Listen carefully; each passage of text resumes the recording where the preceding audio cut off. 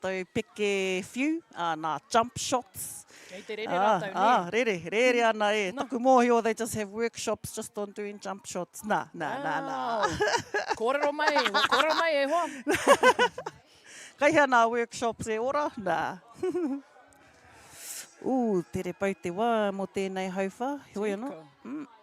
E rua nā kaitiaki ki te pāwero. Ko āta ki te whanake ana ngā rōpū, ka āta makere mai o ka āta puta mai tētahi kaitiaki, kua waiho kotahi. I tēnei wā kai te āhua ki te e rua, kai te tiaki, te tupau. Kei te tākaro koe masters e hoa? He. Ko anei te master kai kōrero. Hoi anō, nā te whara o te tuara me te whara o te chinana. Hoi anō. Engari, i ngā wā whakaako, kua puta atu te pūkana kāmera. Pūkana mai rā. Ko ai tēnei, ko te rau aroha ne? Ko te rau aroha. Kareha pātu. Pūkana mai rā, nā kai piro. Nā kai te tohu ke a auntie, tētahi atu. Pūkana mai whaia. Ana kai te aro ke rā ua ki nā kai wawa. Koe nā kai te kai kari te pūkana mai. Niho mai e kōrua. Ko tangi anō te pūtātara, haere tonu te wā. Kua huri pea a rākau manga, ko rātau hei kioma. Ko kawakawa mai tawhiti, hei taniwha. Me te tere whakamahi tō rātou kaitiaki ki o mane. Kai te kite hoki te rautaki matua rākau manga. Ko te Kiorahi tō rātou tākaro tuarua. Tua toru pea. Wakaama ko te riki me te Kiorahi o ko te Kiorahi tuatahi. O ko kapa haka pea. O ko kapa haka. Me te kapa haka hoki. Me mātua te katoa, ne. Heo anō, kai te kawe tonu tā tātou kāmera i nā kaipiro. Me te atāhua hoki o wā tātou kai āwhina i tēnei whakataetai. Anei rā e te whānau, kua mau e kawakawa i te ki. Peke whiu. Tā tātou nauri o kawakawa mai tawhiti. So e te whānau kia mohio mai e whāngā taniwha. Ko whakawhiti ki te whira. Ko whakawhiti atu tā tātou whira. Anei nei ke te tākaro matua ki Wainganui a rākau manga. Kaitia ki te kioma, kua pā ki te pau. Kei te kim, kei te āta haere, engari, kawakawa, kua tīhai, ko tahi te tīhai, toru he kona te whiu, ne? Ko tahi te tīhai, toru he kona te whiu. O tira e te iwi kaue māharahara anō hoki, kaue wareware, he kura no atu i ngā kura o te tai rāwhiti kai konei, kua puta mai nā kura mai nā tōpito, kai konei a te ūpoko, kai konei a te matau, anō hoki kai konei ko ngā kura ki raro o te ūpoko te ika, anō hoki ko enei ngā kura. Ko kura matua o Wainui o Mata, ko rākau manga, ko te kura kaupapa Māori o Harauta Wānana, ko te kura kaupapa Māori o Kawakawa mai tawhiti. Ara, ko te kaupapa anō hoki nā kura kai raro i te puna Aorangi, ko te Kuiti High School, ko te kura Aiwi o Manutuke, anō hoki ko te ara whānui kura kaupapa Māori, ko John Paul College no Rotorua rātou. Ki raro i te puna o whanokau, ko te kura o te koutu, ko te whakarewa, ko te kura tuarua o te mānuka tūtahi, anō hoki ko te kura kaupapa Māori o Hawaii ki hou. Mihi ana kia koutou nā kura kai raro i te puna o te wharekia, ko te kura kaupapa Māori o te Waiū o Ngāti Porou, ko te wharekura o te Rau Aroha, ko tai Wānana tūtoa, ko te kura Māori o Puridua. Anō koutou kai raro i te puna o Taitai, ko tūranga wahine, tūranga tāne, ko Hamilton Boys, Hamilton Girls, ko kirikiri roa tērā, ko Rau Tawhiri, ko Raukura, ko rātou no Rotorua Boys and Girls, ko te kura kaupapa Māori o te kura Kōkiri. tēnā koutou e ngā kura kua hono mai anō, kua whakaiti whakataitai ki tēnei kaupapa o te tupurahi i tēnei tau, ki Ruatoria, ki a rātou, te mana pupuri i tā tātou kaupapa. Me te tupu manawa, ke tereke taku ki te, i te tupu manawa ki a rā kaumanga. Ana, kai te piki hoki ngā piro a te kura. Te kaumārua ki a rā kaumanga me te aroha nui ki a. Kia kaha mai rā, kawa. Kia kaha ngā uri o me rupe. Reti ana e, ai, i mau iaia, tino pai. Tupu manawa ki a rā kaumanga. Ko āmia kihi tērā, me te whiu ki tō rātou kaitiaki a Emma. Riza. Noa Riza, kai te kimi a wharekauri, pā ki te... Ai, pā ki te pau. Kia whai pau. Ko tīhai ki te ao. Karau te mohi o mena, ka kore e taia te pau i te pā, ka kore e pā ki te pau kotahi, anō, like touching the same pau. Karau te mohi o mena, kai te whakaai tērā kare kaura nei. Hui anō, if you maybe kai te kaiwawa o tērā. Ka hake a kawakawa ki te au i tētahi tīhai. Engari, kai te haere tonu a rā kaumanga ki te ao, ki mihia he pūare. Kua pā ki te roto. Kua hatia te wā. Kua hatia rā te karanga o te kauwawao. Hea hā e kare. Kua huriteki. Kua huriteki anō, kua hipa te wā. Kua tini anō. Speaks. Arake a matua ora. Tēnā koe matua. Anō, tēnei hoki te mihi ki ngā kura katoa. Kua kōrerohia, kai raro i ngā puna o ngā pai maunga nei. Anō ko ngā maunga kua hono atu i enei kura, enei uri, ki roto i a Ruatoria. Tēnei ka whakanui i te haukainga. He mahi nui tēnei kua whakarite nei te haukainga i tēnei kaupapa, i te wiki katoa. Kua kite i ngā whānau e whakapai marae ana, whakapai māra ana, ko whakapaipai nā whira, ko te haukainga tērā, ana ko te kaha o te manaaki, anō ki te kaha kite i enei kaupapa ki roto i tō rātou hāpori. Ko tēnei hoki te kāinga o ngā pāwos, neha e hoa ko tēnei te kāinga. Koina. E hara i te mea kua tauhau, tēnei iwi ki te haute i tēnei momo huihuinga. Ai, koina. Koinei hoki te papa rongo nui, e whakahaere ana e nei momo hui nui. Nā reira, kei konei te mahi a te tangata i tēnei wā, e hika? Ai, pai ana. Ana hea hana mahi kua hipa i ngā wiki kua pahure. He kaupapa motuhake, he kaupapa hākinakina. Koinei te krapu o te tīma o Ngāti Porou East Coast e hoa. Nā reira, koina pēr ngā kēmu whakamutunga i tū ki konei. Ko ngā kēmu i wainganui ngā kaupoi. Me ngā tīma katoa o te ika Māui. Me tō tātou tīma wāhine a hamo te rangi. Taku Waimaria e whai wahi atu au ki te ua tīma. Hei kai tākaro, tautoko me ki. Ana i tuarua mātou i roto i taua whakataetai. Nā reira, koina pēr te kaupapa whakamutunga i tū ki konei. Mua i tērā ana ko ngā mahi whutipauro mo ngā krapu. Ana i tēnei wā tōnu pauri hika, ko JAB, kei te whakahaere hia, i te hātarei kua hipa i konei ngā tamariki PP not, ne raro i te ono tau, piki ake ki raro i te 16 tau, kei te karawhiu mai ngā krapu anō, ngā tamariki me te prei whutipauro, rutu anō hoki.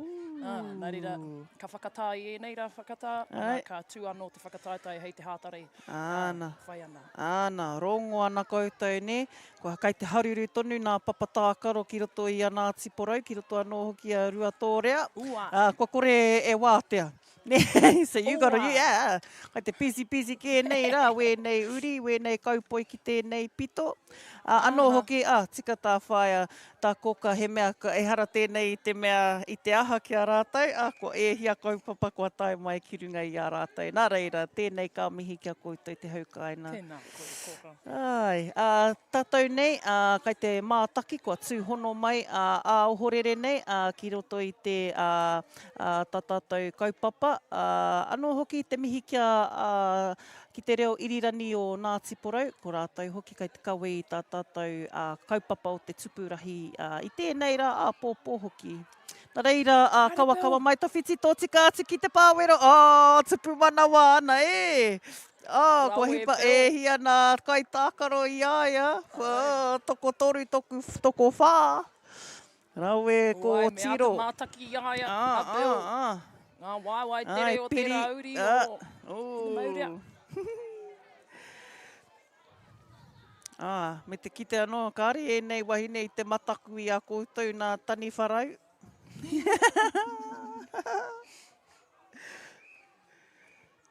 Ana, piri ana ngā kaitākaro, nā taniwha o rā kaumanga. Me ki ka tīmata rātou i tēnei reanga, piki ake, ka kite i te whai, i te tata o te kaitākaro. He oi, he rautaki tā tēnā. So, toru hēkona, rima hēkona aroha mai, te roa, ki te kore, te taniwha e tuku i te ki, kua hapa, kua huri anō te ki. Koka ko te ki, te o kupu mo te paoro. Ko tērā te ki. Ko te ki. Kiorahi. Ko te Kiorahi. He ki. Koira te taonga nea o rahi tū takahina, ko namu, ko te ki, he taonga i kohaina e namu, te manu, i roto i te pūrākau, i koha he mea ora. Te ki, ka takai ho te ki kia rahi i aia e wera ana ki te pāwero, nea i roto i te pūrākau, ka wera a tamanu i te rā i aia me te tino wera ana i te āhua mate ia, engari i tai mai te manu, a namu, me te whakataka i tētahi ki ki aia, he mea harakeke, e otira he hēki o te namu, he momo wai, ka whakaora i aia e wera ana. Nā reira, ko te ki he mea ora mōna, mō rahi, ko te rongoa. Anō, ko te ki i te pito o te pūrākau o rahi, i kohaina a rahi tūtakahina, he poitoa ki, he poitoa he ki rānei ki tāna hoariri. Ko tērā te tohu o te aroha tētahi ki tētahi me te tuku i taua mate ao ne, ki te hoariri. Nā reira, koira i tapa, i roto i te pūrākai, ka tapaina ai, ko te ki. Anō hoki ko te form of communication, tērā neha ki Wainganui ngā kaitākaro. Koira te tino pukenga o tēnei tākaro atu i te tere o te kaioma, ko te rautaki communication, he communication, he reo tā te taiao, he reo tā te whatu. Nā reira, e rā momo āhua tana katoa kei roto i tēnei tākaro Cox. Tēnā koe. Anō hoki, toko whā nā taniwha, ki te roto. Engari, toko toru ngā kaitiaki ki te pāwero. 2 on the tupu, 1 pushing up on our kahara iti. Seeing a lot of overthrow though te iwi. Engari, nā te kaha ki te ia i ngā overthrows, kai te tino kaha te whiu. Tērā pēr kai te iti rawa nā papatākaro. Even though we might think, hey, is that big? Engari, he ahua paku ke te rahi o nā papatākaro. But piki ake ngā reanga, kua nui ake.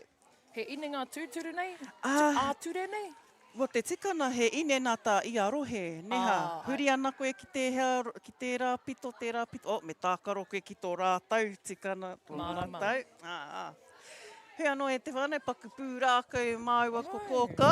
Tēnā koe. He anō, kua hipa, kua pau hoki te wā mo te hauwhā tuatoru. Whai ake nei te hauwhā, tua whā nei pēr. Kai te tere haere te wā, kai te whieti mai a tamanu i te rā ki tēnei pito. Kai te kite, kai te kimi wāhi haumaru, nā kaimā takitaki. Ētahi kua tanohia mai nā tīhāte. Te āhua nei kai te hōhā katoa nā tama ki te maui wā rātou tīhāte hingareti rānei. Engari te āhua nei, me mau ngā kākahu kai tākaro mā. Koi he manawa. Ne, koi hinga Kai ki mahu raro. hoki wā koutou tīhāte tino paira wātu, tāhuara wātu. Tēnei anō, ko rākau manga, kua ki o mā rātou. Kawa mai tawhiti ki taniwha. O mā atu ana te kai tākaro o rākau manga. Whati mai ngā hope, kōrero, he piro mana. He piko he taniwha. Whanahia te ki a Āmia, ki tana kaitiaki. Ko L.A. McKinnon, tērā kaitiaki tuawhitu kei roto i te pāwero. Anō, ko te tupu manawa. Ko koe tērā neha utika. Riza, me tana whana ki te kaitiaki, tōtika ki aia, pā ki te pau, whai atu a kawa mai tawhiti aia, engari ka rei mau. Ai, kua pāno ki te pau. Ka pai aroha ina. Anō, LA. Ko Bailyn. Kua riro iaia te tupu manawa Bailyn. Ko whana anō te ki mai te marama, ko Landels tērā. No piro tere there, that's just bounced in the pāwero. Utika, kua mau ke double. Whare kauri, you got a double tama. And kawakawa in te roto. And a tupu wairua. I think ko tērā te wātua tahi kua rongo au I te tupu. So usually when our taniwha, have a shot at the tupu, you can usually hear the hit of the key on the tupu. Istea nei tamariki te huri ne. Ana. Kori mai ana nei tamariki he, or weti te mātaki atu I āratau. Nā, pērā. Ana, pērā. Heoi anō, kua taka mai tō tīhai, ko tiro. Kua taka te tana tīhai ki te ao. Ai. Mai te ārai pai. Ko LA tērā me te ārai te ki. Ana, ko whare kauri ki te ao, pā ki ngā pau. Kai te tū, tokorua. Piro, rua. Piro. Hanga noi ho. Ana. Te reke te whakaaro, te reke te whiu, te piu. Rākau manga, kai hea te ki o maki te ao, pā ki te pau. Ana, kua tū te mati a te kaiwawao. Tokorua. Whiu atu anō ki tana hoa. Nei pau, kai te āhua, taka haere ngā pau. Ai hoa, ka aroha ki ngā tamariki ne. Wai maria, rangatahi tonu rātaki, kai tonu ngā tuara ne. Epiko. Hei anō, tēnei hoki ka mihi ki wā tātou kai whakarite I ngā papatākaro. Kai te pīata, he tino rawe tātou whakarite, whakatūtū I ngā papa. O tira, kai te kua tai mai ngā waka o ngā kura, kua tai mai ngā kai tautoko, mehi ana. Ko kawakawa mai tawhiti me te ki nai nei. Peke whiu ki te tupu, ka rei eke. Anō, kua mau te kaitiaki, mia, whiu atu ki te ao. Anō, Kua huaki. tupu manawa, Bailyn anō, ko koe tērā tamā. Whana anō mia, ki tana kaitiaki. Nā tipu manawa ko te piro I runga I a papatua nuku. Ai, Ana ko tipu wairua ki te... Ki te tupu, ai. Tēnā koe. Ka aroha te kaitiaki. Kua hapa, kua ngaro I aia te ki. I mau taniwha. Ai. Tatania. Riza,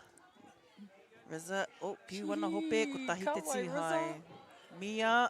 Kura tahi māua ko tano māma ki te whare wānanga mārama. Too good. Rākau manga anō. Tere tīhai. Kua aha, kua tihai. Kāre, kāre. Kai te mautumi. Mahu e ia Gil. Kia kaha Bailin. Kimi anoa Bailin. Tēnei wā, Bill. Kai te aki. Kua hipa. Kua pita atu te ki I te tāpaparoa. Ko tangi hoki te pūtātara, engari kai te traitonu, kawakawa, whakamatunga, kua hatewa. Kei te mate urua tonu a kawakawa mai tāwhiti e hitama. Kai te hiakai ana e. Ki kaha mai rā. Kua riro I a rātou. Kai te kaiwawa o te whakatau matua. Ki o te Whakarua? whakatau matua. Nā te meitangi te pūtātara. Heoi anō, tērā ki Wainganui I a rākau manga, ko te rua te kaumā whitu, ko te waru ki te kura kaupapa Māori o Kawakawa mai tawhiti. Nā reira, e hoa, I te waka tangi mai te hauna, he kona anō kei a rātou ki te whiwhipiro? He momo, taku mōhio ki te mau e tani whai te ki, kei a rātou te wā ki te trai ki te riro he tupu wairua, ki te kore, ka whakakorehia. Ai. Tēnā koe.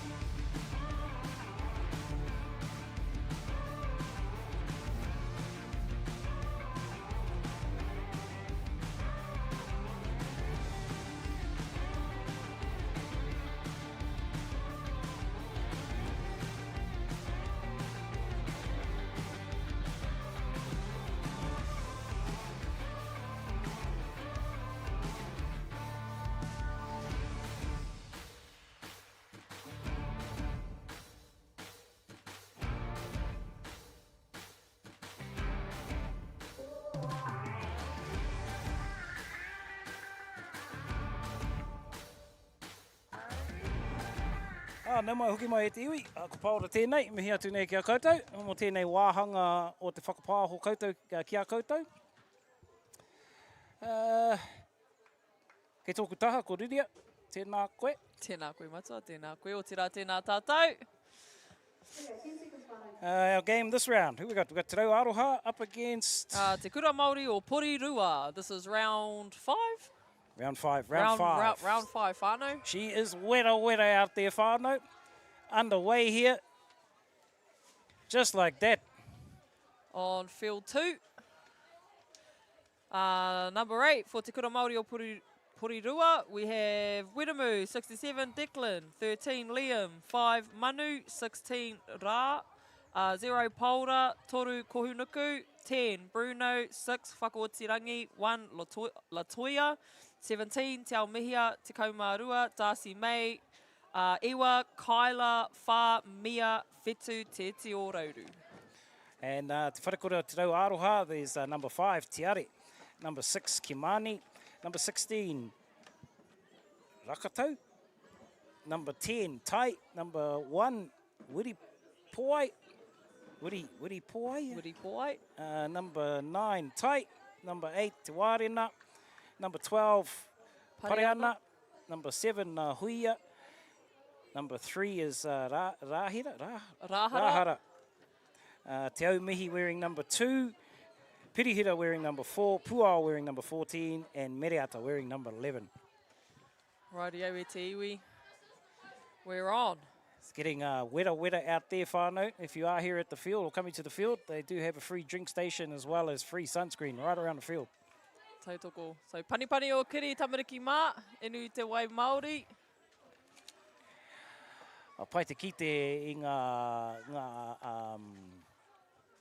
businesses. How te more Māori, more businesses? Businesses. Kei konei rau kumara, te pai maunga rau kumara.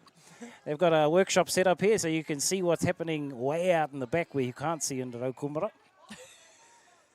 That's one thing about the rau kumara is you can't see it from the main road. And in front of them we have Matua Block, and he's doing our strapping, midding.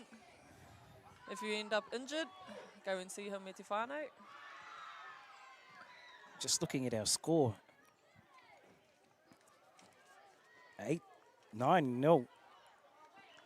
Te Rau Aroha with a 9-0 lead.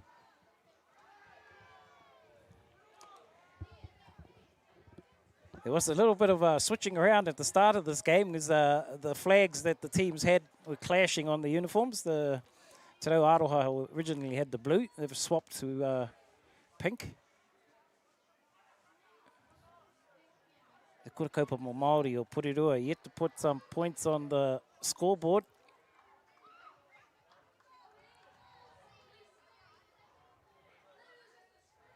I've seen a few, what do you call them? I suppose former Kiorahi players. One there, Anaru Painga Morgan, now playing for Hawke's Bay NPC.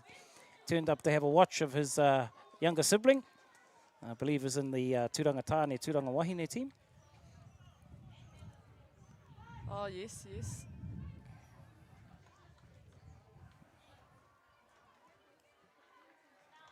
Got Purirua in possession. But unable to convert that there. Te Rau Aroha, they are a pretty senior looking team. Looking at them, all year 10s, apart from 2 year 9s. Oh, so nice. Keeping in mind, this is the junior competition, the year 9 and year 10. Oh, beautiful. Beautiful Some try. nice work there by Te Rau Aroha. Number 1 for Te Rau Aroha is Wiri Poai Ruru.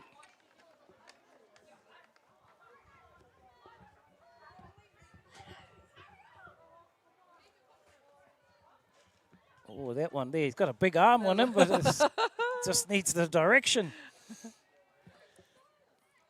Sending that one right out of the field of play. And you can't say it was the wind because there's no wind, whānau. I'm grateful there's no wind because Bollywood's across the other side and I might smell it. All right, Te Aroha have the ball.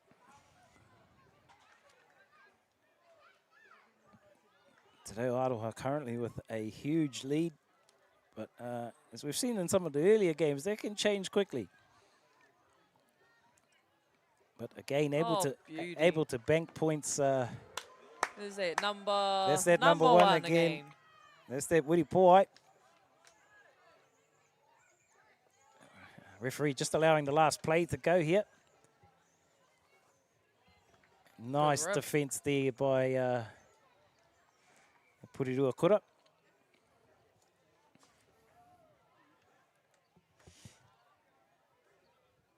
Bit of a break here in between. It's only a quick turnover though. It's only a 30-second interchange. And you watch if the team with the ball is ready to go. They do not wait for the opposition to get onto the field. As soon as they're given the go, they're away. They're away. Keep up, ref. So you have to be on the ball all the time. Gee, I'm trying to guess what the temperature is here, and that's what our smartphones are for. Yeah, sometimes you don't have a smartphone, but you need to be smart to use it. Just looking at our, where are we? 26 degrees here in Ruatoria at the moment. Cheers, weather. Kids will all be looking for the pools after this. All the rivers. 23-0. You can see these teams will shake themselves into the pools for tomorrow's finals, or the different levels for the finals, depending on the amount of wins I believe you have. So they'll all still get to play tomorrow. Top 16, that's what it drops down to, Aroha mai. So there will be 4 teams that miss out on the playoffs.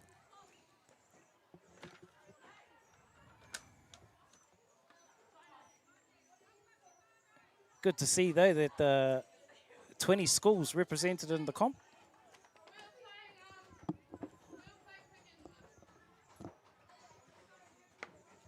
I'm not sure where the furthest one has come from. I would say Puridua could be.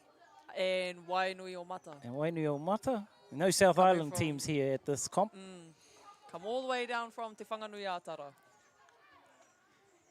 Oh, that's a good 7.5-hour trip on a good day. Yep, on a good day.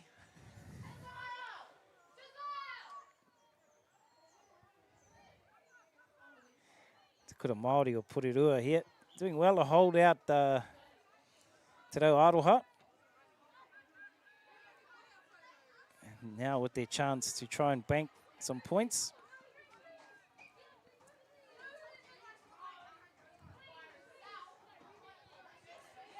Two refs for field, is that am I right?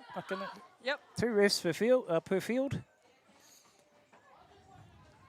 Now Kaiwawao. Your top ref, your bottom ref. And you can see the scoring team behind them with the scoreboard.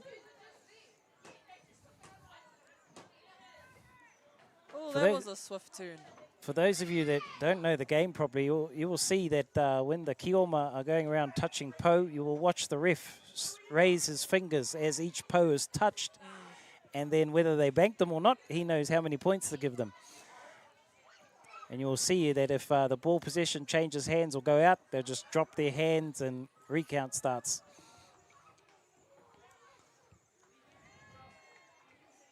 So I know it can be a confusing game for a number of our whānau,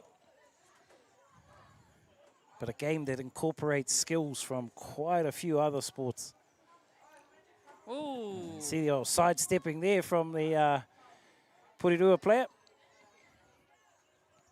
Bit of touch, bit of rugby, bit of league skill. You'll see a bit of handball skill. Just about every sport, there's a bit of skills borrowed that come into this one.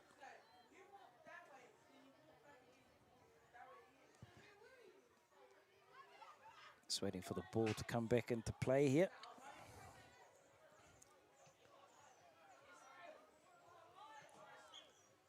Puridua just having the one kaitiaki in there at the moment.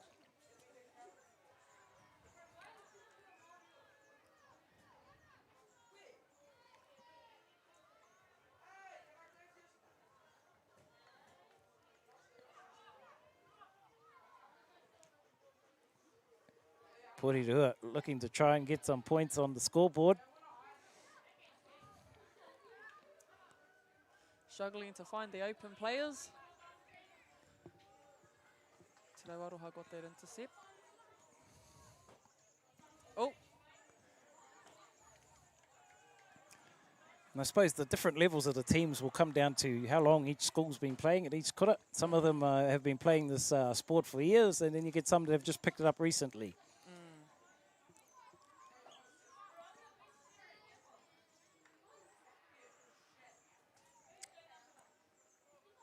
Te Aroha back in position here. Foot on the line. That's what the refs have to be so onto it on this game. There's so many chances to hand over possession. That one there, the Te Aroha player had his foot over the line when he went to fire the ball at the tupu. Beautiful try. Ka pai te Well kura done. Māori That o was Puridua. Number 13. Number 13? A big boy, eh? Yeah. Liam. 13. Liam. Deceptive too, eh? They're just because they're bigger than the other players. It's all in there. Here he goes again. Nearly just got the flag ripped. Right before the And his ball. shorts pulled down at the same time. Right, that is the end of the second half. First half. First half. End of the first at half. Te Whānau. Bit of a 2-minute break. 24-0 to Te Kura o Te Aroha.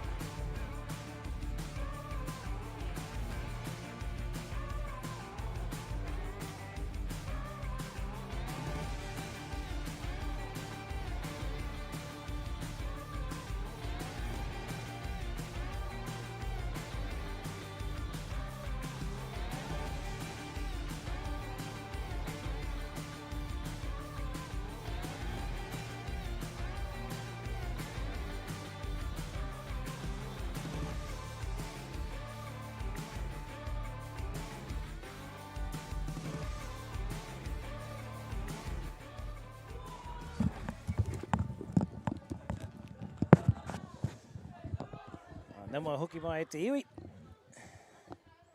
Just about to get the second half back underway.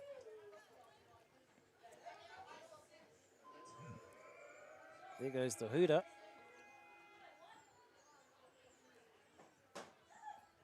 Looking for that quick try off the kickoff. And there it is. That's that. That's our number 1 player again. Wiri Poai, Ruru. 24-3 the score at the moment. Te Aroha with a big lead.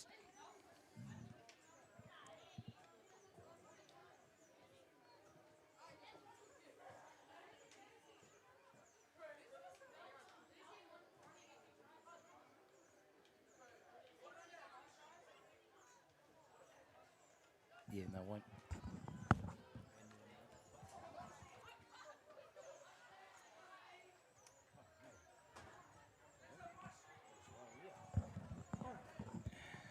Aroha mai whānau. Getting caught up in something else.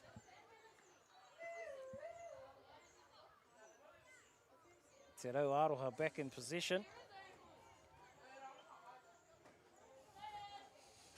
For those of you that don't know the game, you'll see Te Reo Aroha trying to get the ball into that second circle, and from there their players can have a shot at the tupu in the middle.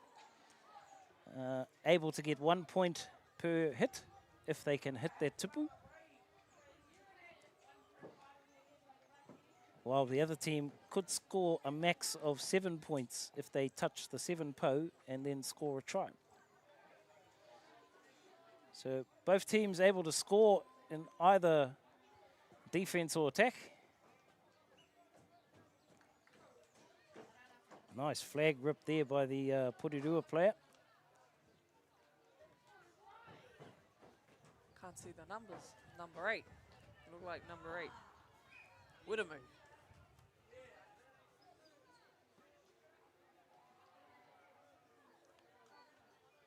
Oh, lovely. Lovely. Oh, no, there's a flag on the ground there.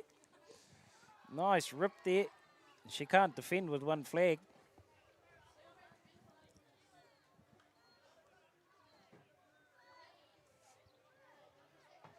Te Reo Aroha again back in position, looking to try and collect points off the tupu and then bank them. There they go. It's that 3.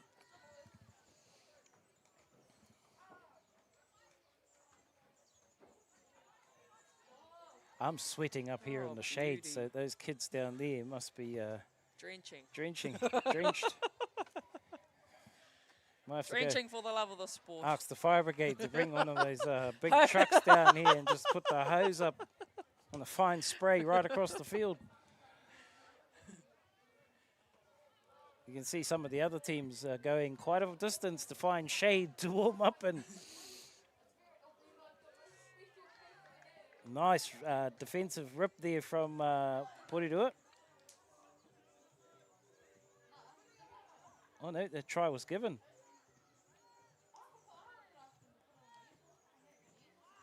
Te Reo Aroha running away with this one.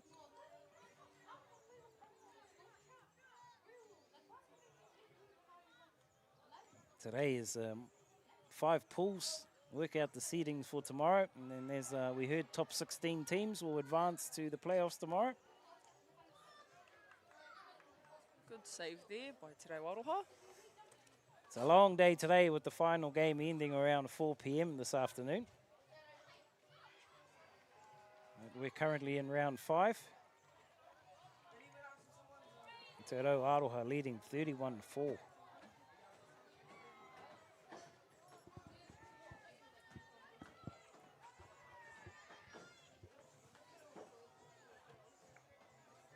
Seconds left to go with Huama.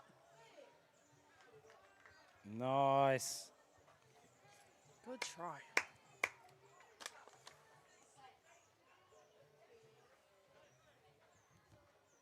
Te Reo Aroha just looking to secure the win here. Rack up some points towards those playoffs for tomorrow.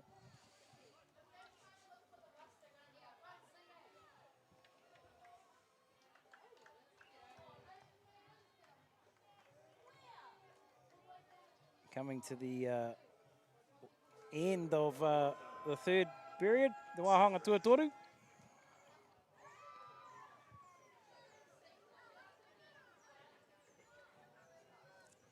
Last play.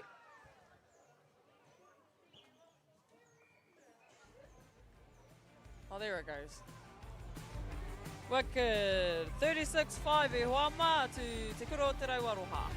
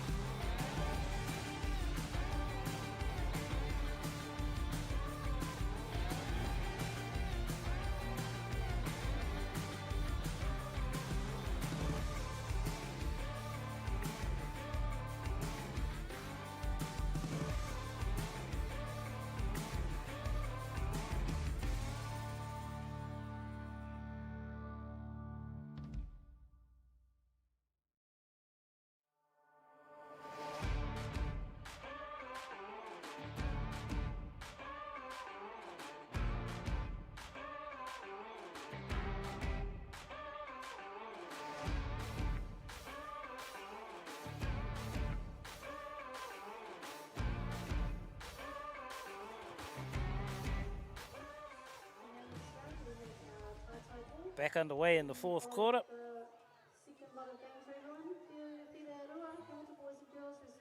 We'll just get our scoreboard back up for us.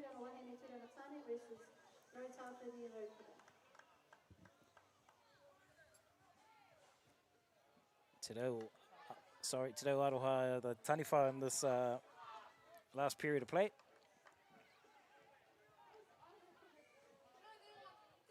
I'll just tell my sound man I got a bit of an echo going on in my ear. He will fix that for me. Thank you very much.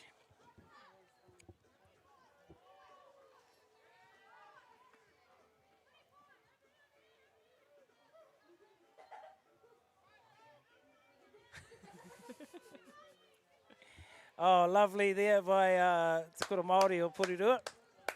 That was, oh, I can't see the number. Yeah, they've got really light numbers on their backs, haven't they? It's either number 8 or number 9. Number 8, Wiramu. Wiramu. Te rau Aroha. We can just try and add some more points while they've got the ball now.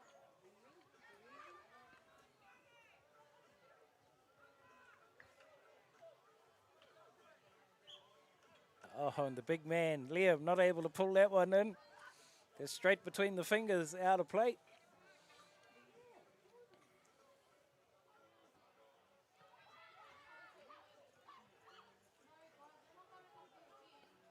So there are 5 fields working today, whānau. 4 fields, is it?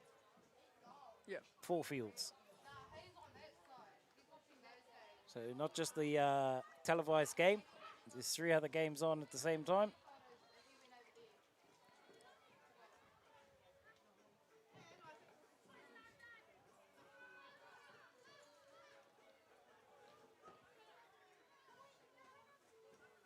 Nice work by that young fella there to a bit of a goosey. Stay out of the defence's, well, keep his flags out of the defence's hands. There he goes. He's quite deceptive, wicked. Isn't he? And that's all it is, eh? Number 13. Is that the big man, Liam, again? Yes, Liam. Ka maurui. That little wiggle of the hips, eh? Yeah. Just to get your flag away from the opposition hand.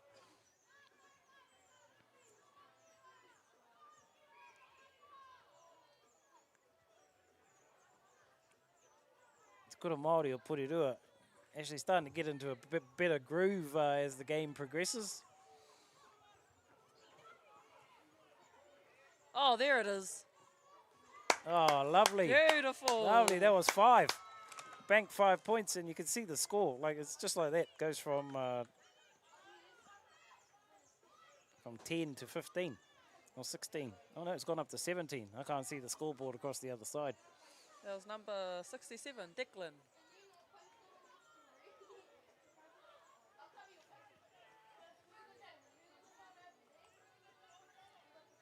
There we go. Oh, unlucky there. Just losing possession as he was entering the try zone.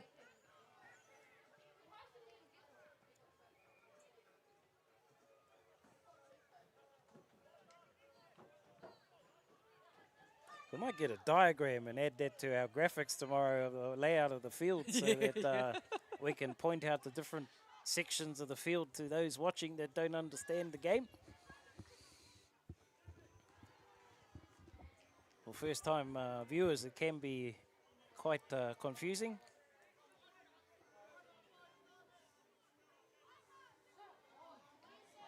Growing in popularity amongst our kura anyway. You don't need 15 players to form a team. Or 22 to make up a squad. Oh! Missed that one. Missed it, just the pass, just gone over his head. It's a bit too poto. And that's the end of that game there, whānau. Te rau Aroha, although they looked like they were going to run away with it, and I suppose they have. Great to see Te Kura Māori o Puridua get some points on the board. And an opportunity here to end with a scoring play. Here we go. That's the big man Oh, Liam. nice. Number 13, Liam. again. He'll bring their score up to 23, I think. 38-23, I think, will be the final score of that game. We'll wait for confirmation of the official scoreboard. You can see them in the background there, just changing it. 38-23. Congratulations to Te Reo Aroha and a big mihi to Te Kura Māori o Puridua. Oh, 22, sorry. 38-22. We'll take a short break. Be back with your next game.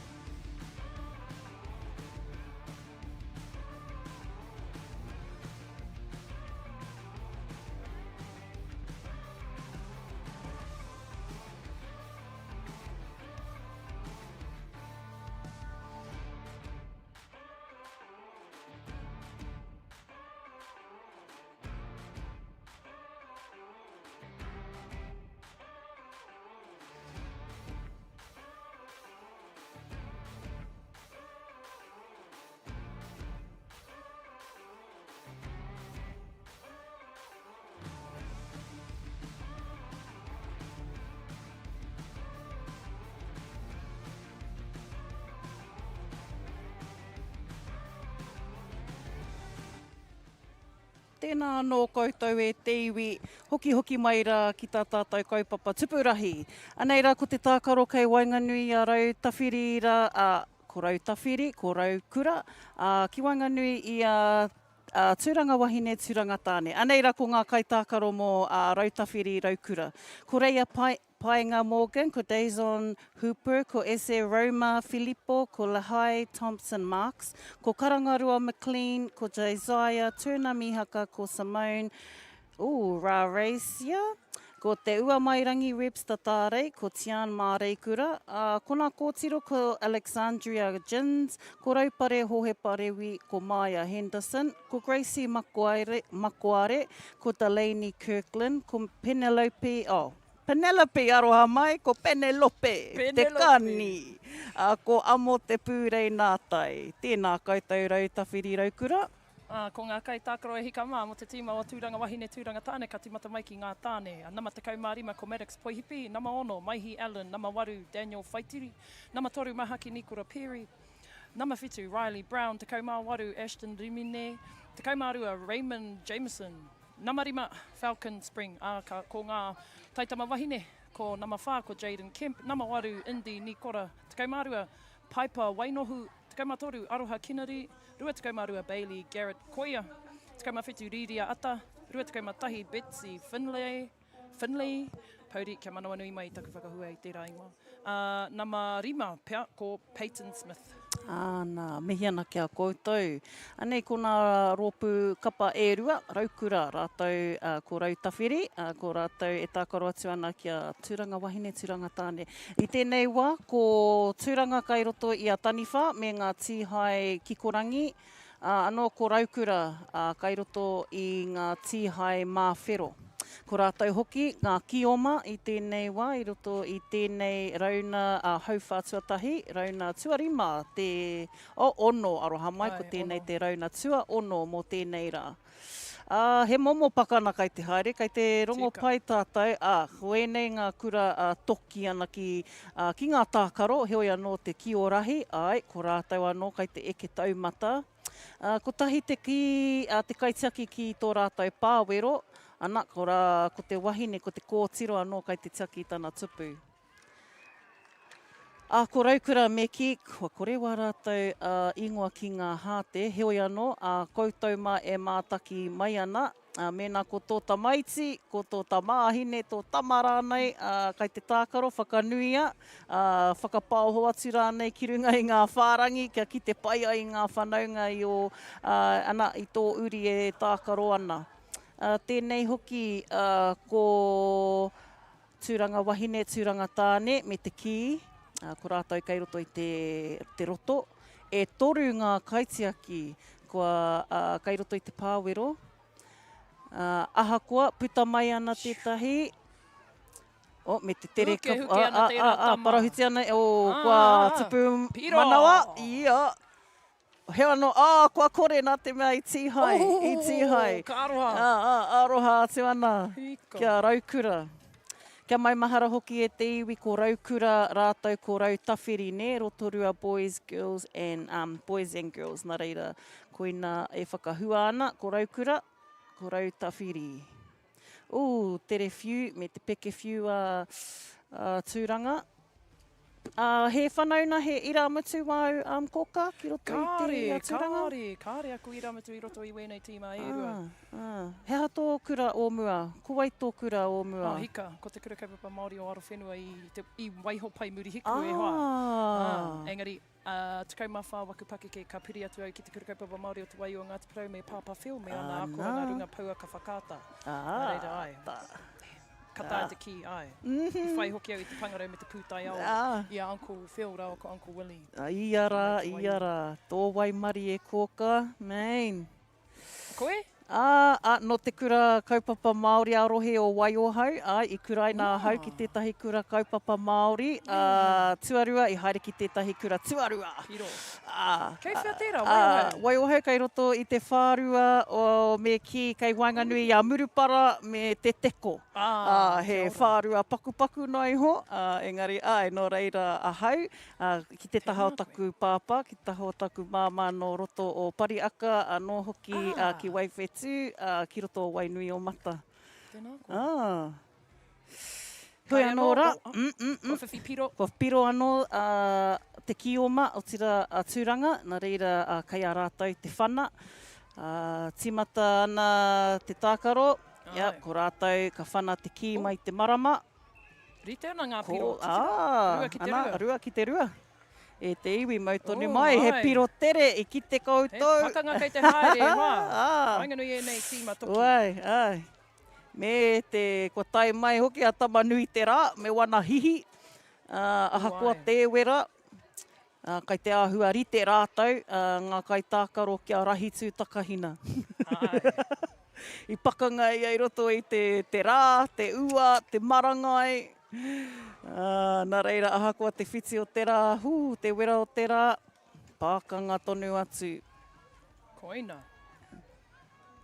Nā nei, ko raukura kai roto i te taniwha, i nā nei, ko huri te ki e te iwi. Ko raukura ngā haki kahurangira? Mawhero. Tūranga tāne. Ahua ori te kara o ngā hā, tēnei ua te ki te ko wai awai. Hoi anō, mā ngā haki koe ka mōhio. Mā ngā haki. Ana, whira toru tātou me te tupu manawa.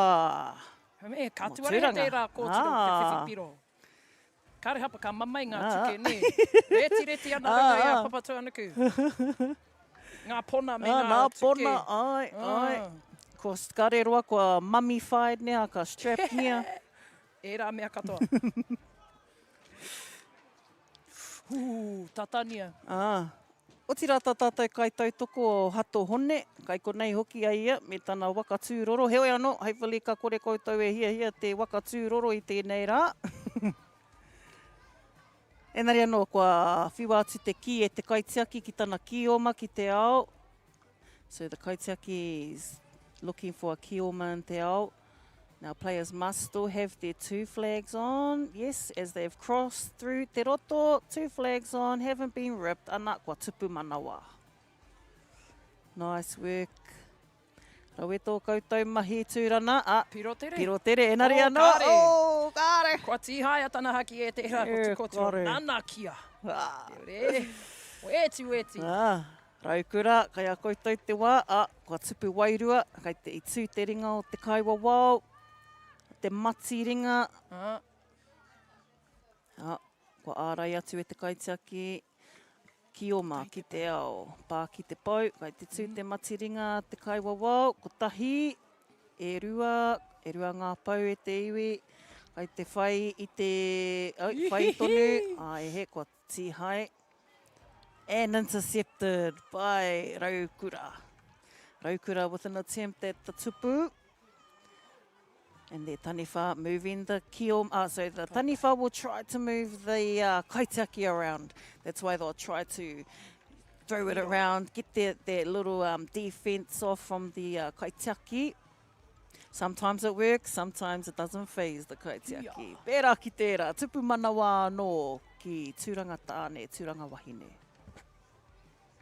Kaitiaki, nice, caught on the full, but ka roha. Kari eke, I hapa ia.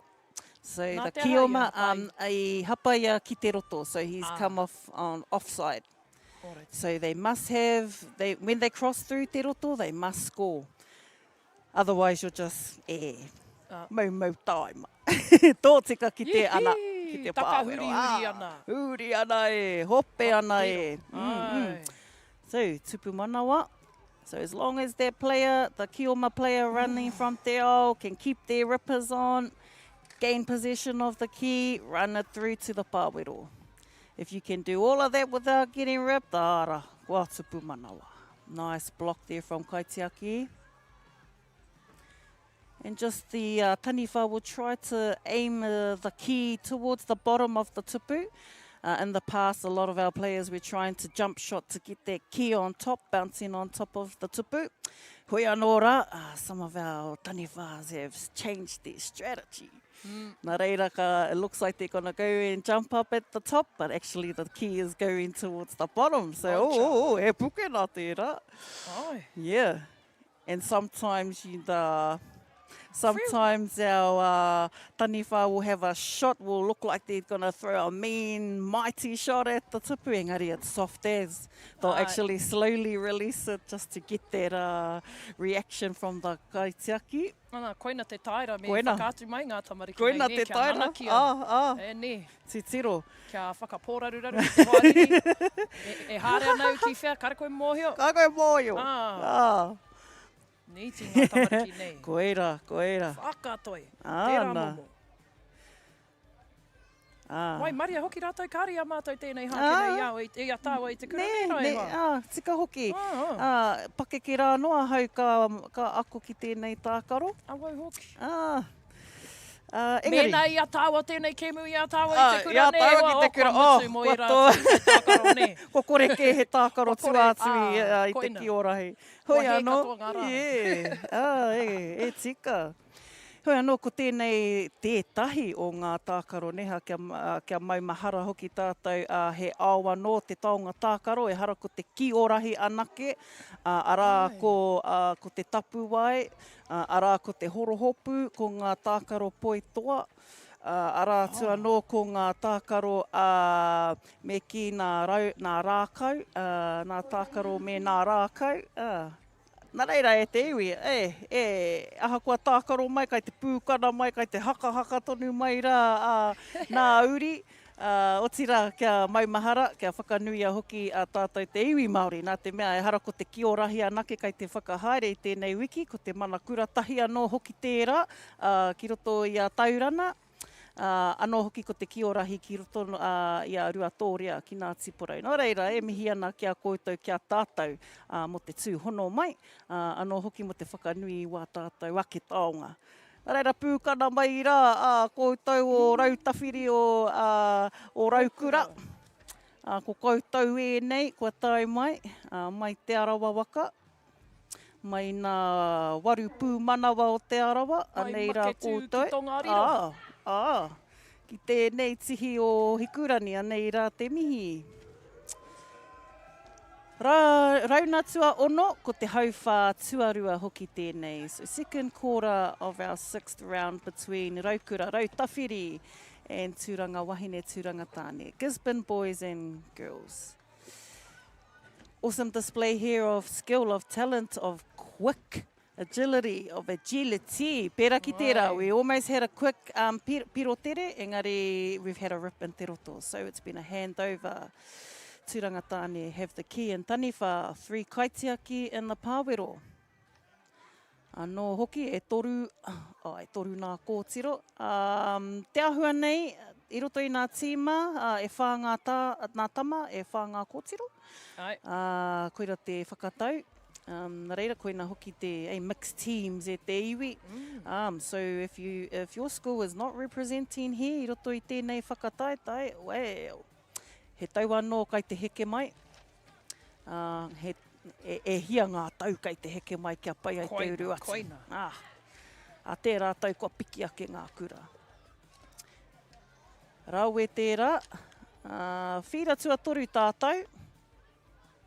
Anō tēnei whakakitenga o tātou, o te papatākaro, e toru nā whira ki tēnei taha, e rua kai tērā atu taha.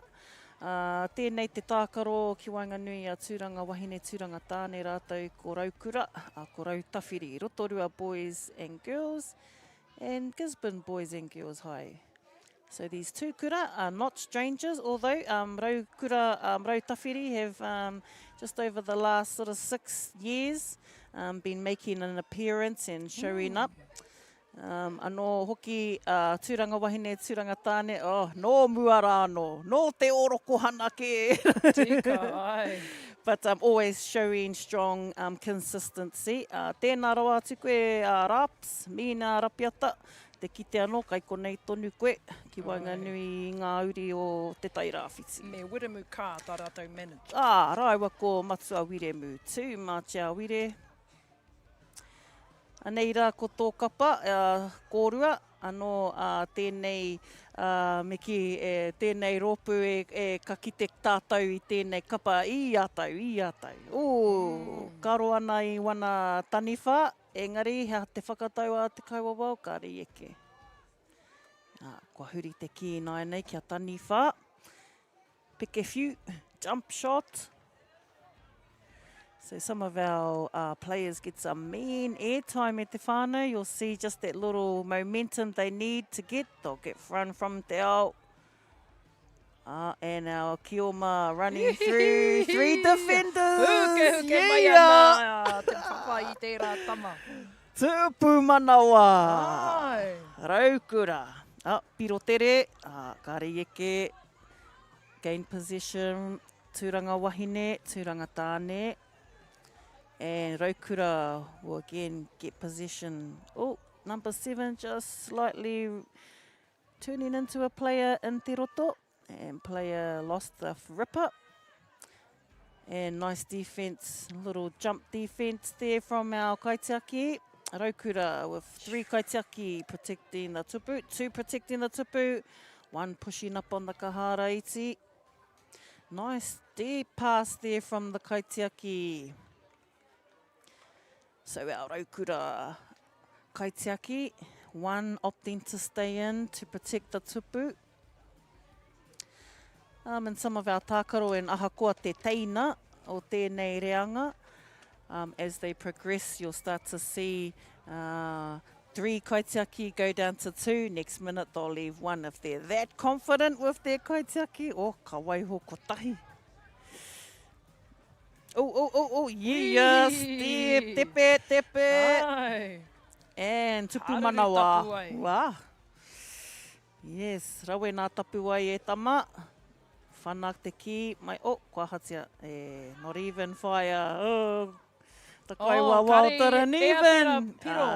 Ara te replay, hea hara te replay. Nah, he dodged 3 players. Yeah, that's a rewind. Rawe, that's a Koina score piro for te the kēmu day. ne, Ai. Piro te kēmu. Tika Corks. Kua hatia tērā, i tihai ki te roto. Ka aroha. Aroha. Ana, tereke neha e te iwi, tereke. E pēhea i te mau i ngā tikanga o te kēmu. O te tākaro, heoi anō. Ka pai, ka pohi atu e te kaitiaki. Kua tangi te pūtātara. Kei te haere tonu, kei te kite mēnā kā riro ka whai hua. Engari, kua puta atu te ki te tāpaparoa. Tangi ana te pūtātara, kua huri te wā. Kua haurua e nei, pēr. Ai. Paku meneti ki Wainganui a rātou, kia whakarite anō rātou mo te, kia mitu te haurua. O tira, ka huri anō te ki, kua waiho mā tūranga wahine. Ki te kioma, ko Raukura ka tū hei taniwha.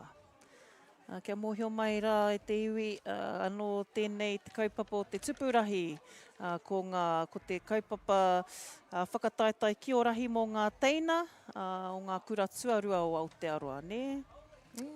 Tēnei hoki, kua roa hoki tēnei kaupapa. O tira, herawe, kua hoki pēnei mai.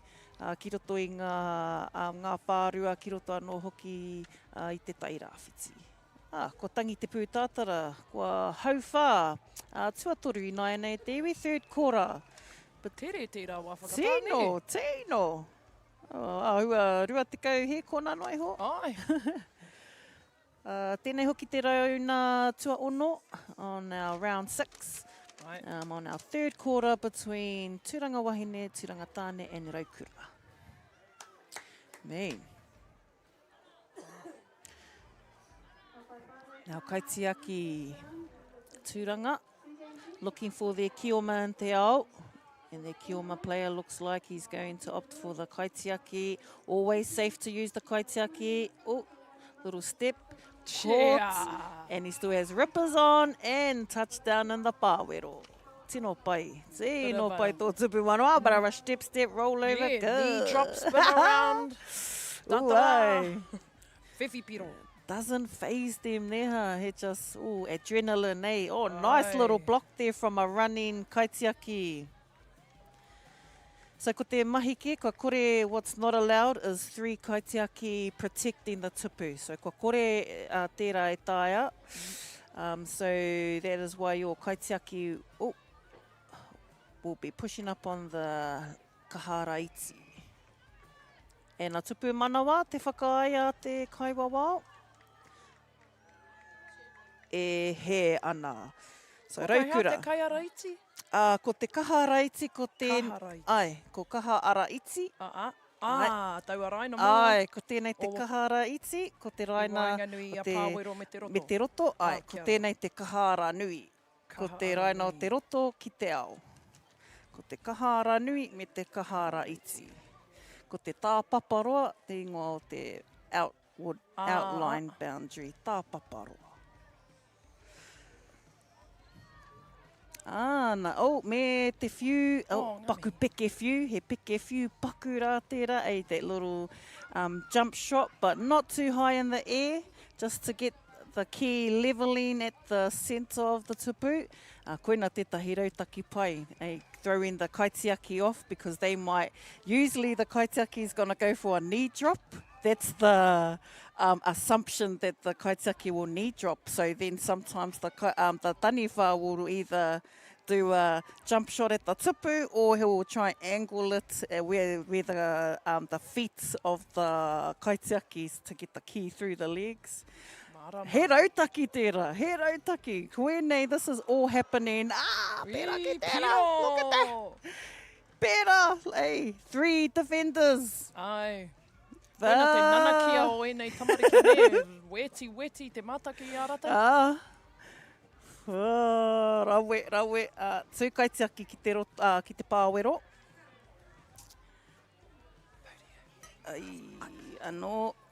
Ko putāti te ki te tāpaparoa, ko te kai a raukura te ki, ko raukura ki te taniwha. Oh, nice block. Ko ārai atu e ngā kaitiaki, toko rua, kai te pupuri ringa. Again, another strategy of kaitiaki. Sometimes an individual protection isn't enough. And just to our left screen, we had a Turanga Wahine Tāne player just coming on offside, but he had no key. Koira hoki te mahi, ka me riro ki. You must have possession of the key to be in play. And the roto was an offside zone for the Kioma, and a spin. He oia no tihai. Nice little spin, nice turn there, o kōtiro. And... nice jump shot from Raukura. And Raukura will then... Mehe mea ka tau te ki tā rātou kanohi ki ngā kaitiaki. He hāmene o kāre? Ko kore hāmene tia engari, ko te kaha o te whiu. So it's the force of the... If the force of the throw is tū kaharawa atu, ko hāmene tia. And that's... Yeah, that's something that's come into our whakatūpato i nai anei. Because i nā rā mua, tere pāua te rai a te kaitiaki. But you know what's cool is that the kaitiakis, it doesn't even faze them. They just get back up and rah! Koina, ai. Hāruru tonu ana. Kua haere ta tātou, ko tangi te pū tātara. He oi anō, ka haere tonu te wā. Kia kite a mena ka whai hua. A taniwha, ki te kore, ka whakatangi te wihara. Me te kite, kua putāti te ki te tāpapora. Huri ana te tai, huri te wā, kua pau te hauwha tuatoru ki a tātou. Ka reroa kua tini anō ngā kapa, kua huri. Kua kite anō hoki ko wai ka hua i tēnei wāhanga o te hauwha whakamutunga. O tira, ko enei ngā kura kua tae mai, ko kite hoki koutou e te iwi, e te motu. Kiwa koutou ngā uri, anō ki ngā kura kua tae mai. And great that we have some live coverage here from Ruatoria. Ki konei ki te whakanui tō tātou taonga tākaro te Kiorahi. O tira, just a mihi to all of our sponsors, to all of our kai hāpai, anō ngā kai tautoko kua koha mai i ngā tini koha ki tēnei kaupapa, ko koutou, ko ngā runanga, ko ngā pākihi o te kāinga nei, anō ko ngā iwi, ngā hapu, ngā marae o roto o te kāinga nei, koutou hoki ngā whare kura, ngā kura kaupapa, me ki kua hui hui mai rā koutou ki te whakakotahi i a koutou kia riro pai ai te manaakitanga.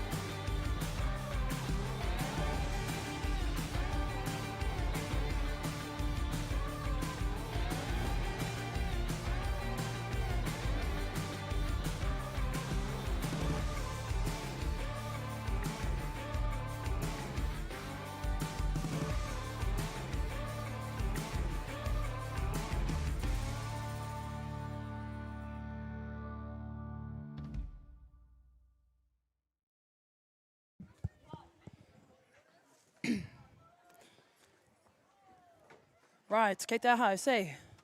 Tēnā tātou nau mai hoki mai anō ki tēnei o ngā pāhotanga mata ora me ki o tēnei whakataitai tipurahi mo ngā taina o te kuratuarua o te ika Māui. Kei te whangatonu tātou ki a timata tēnei reina, arā kua tangi mai te haona mō te reina tuawhitu.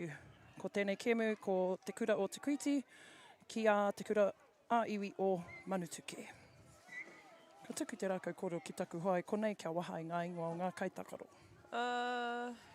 Kia tātatei. Ka wai. Alright. Te Kuti High School, number tahi, Lace Turner. Number rua, Stacey Rangitonga. Number 4, Kalisa Brill. Number 5, Teresa Strickland. Number 7, Mia Leonard Rogers. Number 8, Cody Koroheke. Number 9, Satisha Ormsby. Number 10, Courtney Marshall. 11, Lamas Wanapu. 12, Chloe York. 13, Stancy? Ai. Stancy. Number 14, Cassie's Pratt. 15, Shekinah Bobbers. 16, Narisa Hopapa. 19, Devontae Green. Aroha mai e te iwi, mena I hapa i aua ingoa. Pai noi ho. O, kei a te kuiti te pauro. Kei te kioma rātou. Te anga nei ko ara ko te kura o te kuiti kei runga I a taniwha. Ka rea no tētahi kia whiwhi piro I tēnei tauma. Ko ngā kaitakaro o te kura aiwi o Manutuke, nama rua te kau ko Dallas mua tihore, te kau maono, Roger Wihongi. Nama rua, Dayton, nama waru, Harley Gray, whātika mawha, Iha Kanepe, te kau marua, Exodus te kahu. Whā, Briar James, kia manawa nui mai mehe me kua he iawa tērā whakahuatanga. Brown, nama toru, Leila Whanga, nama iwa, Pasias, nama te kau matoru. Anaya, Henwood, te kau mātahi, Marlo Mua, Staten. Whitu, Maya Berry, te kau marima, Bentley Morris Monroe. Ana ko Hazelia Edwards, anō tētahi kaitakaro mō te kura o Manutuke.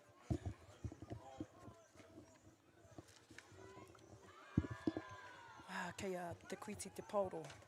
Ko whakahoki atu ki te kaitakaro ki roto I te pāwero. Ko puta I te tā paparoa. Ciao, lega. Rawe, taku whakarongo atu ki a Koka Shana me ngā kupu tōtika. Whakamahi ana mo ngā wahanga katoa te whira nei, o te whira Kiorahi. Pauri me te kupu ki nei, o te pauro, me tērā koha o rahi. Ai. Te rongoa ana ko te ki. Weti te mata ki a rātou toro ana I runga I te papa pēra ne, ngā waiwai kei runga te raina kei te takoto. Oh, what? Whāroro rātou ki te toro atu ki te pauro, ki te ki, pauri. Manutuke, tipu wairua. Tai te piro I kora.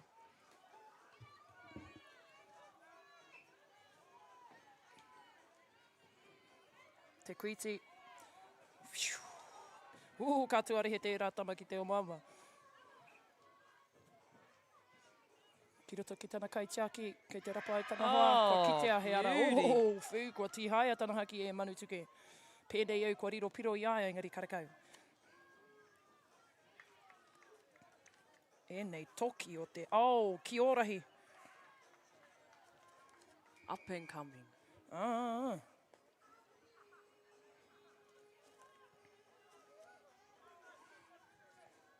Manutuke tonu kei a rātou te pauro. Kua puta te pauro I te tā paparoa. Ka riro I a te kuiti te pauro. Kua maka atu ki roto ki te kaitia ki te pū. Kei te rapa I ana hoa. Kua puta anō. Kua puta te ki te tā paparoa. Kei a Manutuke te pauro. Pauri, te ki. Kāri tutuki I aia tērā piro mo te tipu wairua. Whati mai ana ngā hope o nama whā o Manutuke. Kua puta te ki I te tāpaparoa. Te kuiti I nei. Ki te kaitia ki te pū. Ki ona hoa. Kua hoki anō ki te kaitia ki te pū. Ara. Still looking for that open space. Koina ne. Hard luck. Mai tai rawa tana ringa kua puta te pauro ki waho I te tāpaparoa. Te ki, hika.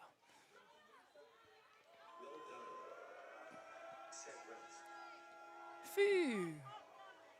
Kei te haruru mai te haona mo te kuata tuatahi. Last Prei play. whakamutunga. Kōkiri boy.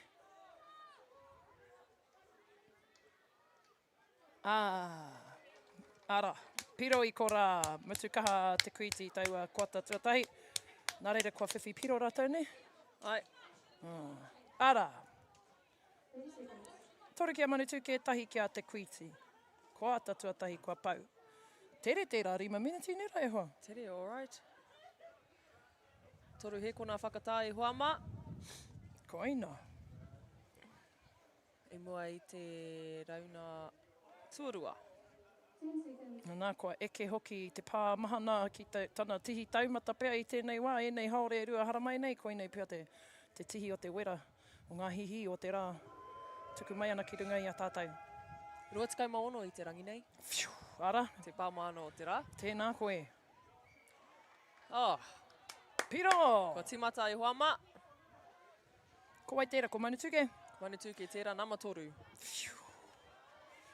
He Ko kua, kei taku wai tōna ingoa ko. Nā Vaia Matheson. Oe ke neru. Phew, kani mai ana tēnei koraua o manutuke. Ka pai korau, hara tonu. Hi, Ai, whatu piro! mai ngā hope ka piro I ko rā. Ka mauru ehi, manutuke. Weti, Number weti. rua te kau. Oh, hika.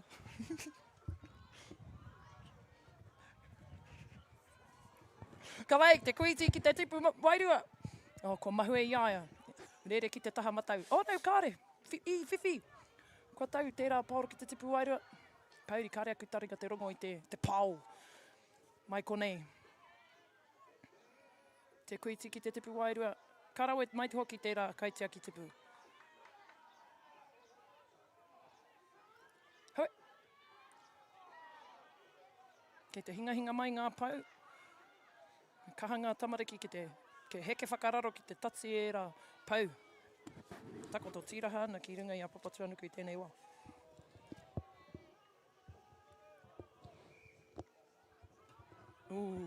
Me mai te kai wawao kua puta tana wāwā E te raina. Ara tetahe o ngā kaimahi, pukumahi, whakaritiriti mai ana. Ki te tēnei te matua. Manutuke. O, kua tihaia tana haki. Piro I ko rā. Rua piro. Nama whā, manutuke.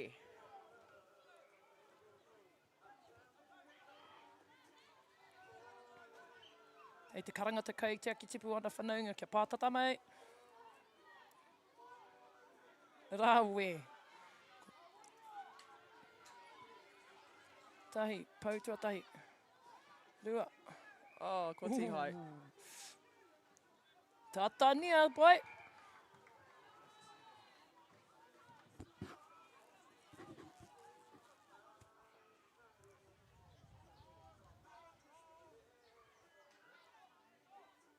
Nā te wharekura o te Aroha.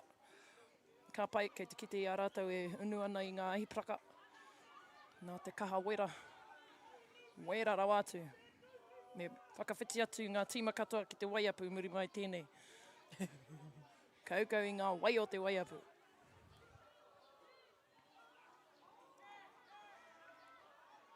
Au tai atonu. Pau I ko rā, tai. Hihihi. Haere wai. Kama boisi. Ai. Hoi, ko tihai a tana haki e te kuiti.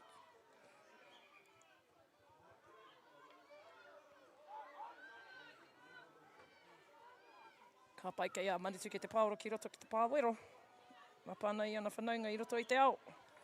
Oh, kua tihai. Ngā haki e rua. Ka tuku te pāoro ki te kuiti. Ngā tani whā rapahua rahi ana kia whiwhi piro tipu wairua. Kua hopu kina te pāoro e manutuke. Manutuke e tai te pau. Whihihi. Pāku peke whakamuri. Hoi, kāre e I aia. Tihaia tana haki e te kuiti. Kei te kuiti te pāoro. Ia hatea, kua hamenetea. O kāre. Ko ngā piro i nai nei hika mā waru ki a manutuke, ko tahi ki a te kuiti.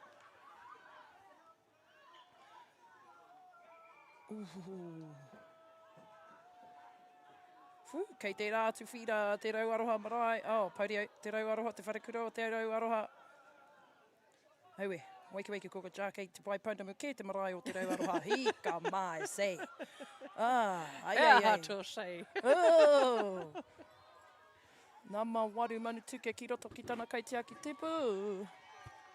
Ui, piro i kora. Ka bai. I tuku tērā piro kāre. Kuni pia. Yihihihi, haere tonu sanau. Yeah.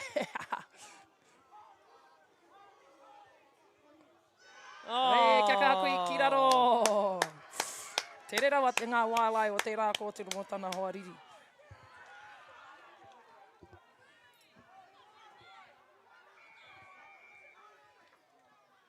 Yihihi. Ko ngā piro i nai nei hoama, te kau ki a Manituke, te kau matahi ki a Manituke, tahi ki te koro te kuti. Ko oti te kota tuarua e hikama. Ka rau i rongo te hauna. Heno, haurua. Haurua i nai nei e te iwi. Ana ko tētahi āhuatanga tino rawe ki awa, ko te mātaki a rātou i te waka tino pātata atu ki ngā hoariri ne. I reira me kaha te ore o te tangata, te tinana, te huri ki te matau, huri toru rau, ono te kau. Kia hipa i tērā. Ringmorau whātekau. Ei, Amoramoramu. Ērā mea katoa, me te rere anō hoki. Boy. Mina koe Hika tērā mā. kāneni te maunga. Koina. I stea nei tamariki. Tai minute kei te toi o hoama. Taumata ke, nei, mokopuna. Third quarter? Ai, ko te koata tuatori tēnei. Nā, ko te kēmu e pāhoti ana muri mai tēnei, ko te kura o te kautu ki a whakarewa. Tore te kau hei kona.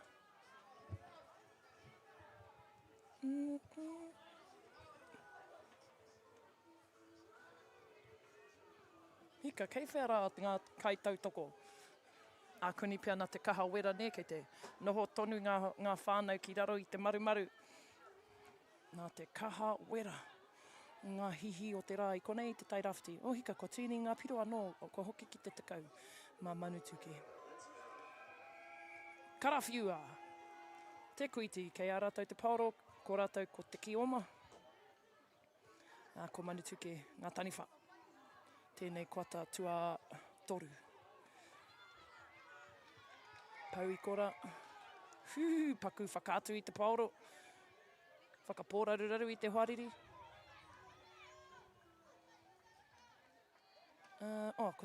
Ko te kura Māori o Puridua tērā.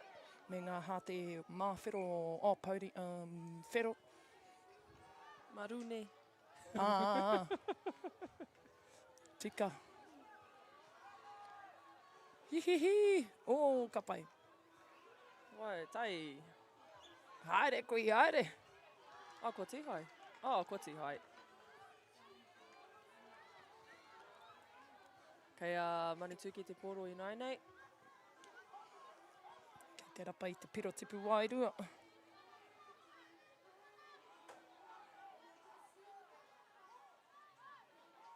Te kuiti.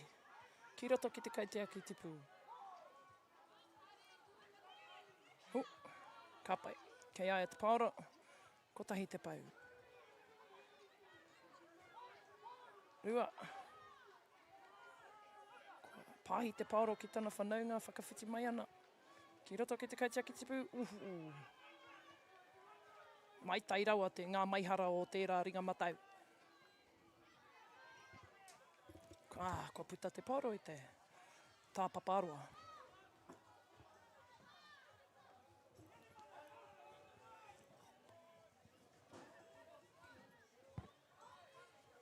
Ka nui te mihi ki ngā ringa wera i te rānei. I nā te reka o ngā kai. Te puna manaaki e mihi nui ana. Tore ngā pau.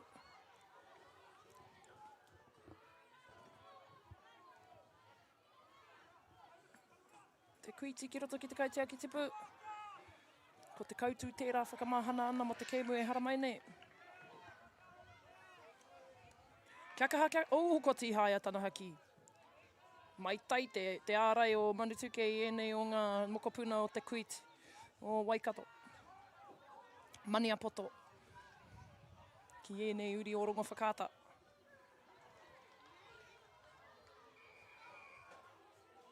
Hihihihi! Whai atu ana tērā tama I aia, ne?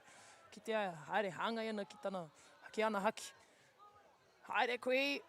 Ki te au I tērā kōtiro e haere ana ki te whiwhi te paoro, kua tīhaia tana haki. O kāre, kua makere mai te pōtai a tētai. Kei te rapa hoa, te kaitiaki tipu, kua kite atu ai a tētai roto I te ao. Kei te kōkiri whakamua aia, piro. Tipu manawa. Piro, tipu manawa I ko.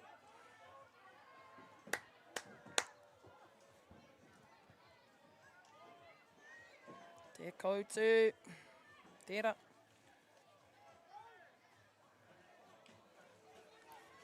Hika, kei a tātou. Kei a te kuiti te paoro ne. O ko puta. Ko puta I te tāpaparoa. Hei ma, whakatā te kai wawau. I kite ia e pērā nā akuni pia I patua ia e tētahi me te paoro nā kei te heke whakararo. Ke kauka ia e... Tōna wai mari e he ngoe ne. Ko aina. Raitio. Kei te kuiti te pōro I nainei. Oi, mahu ia I tērā e pau. Tai.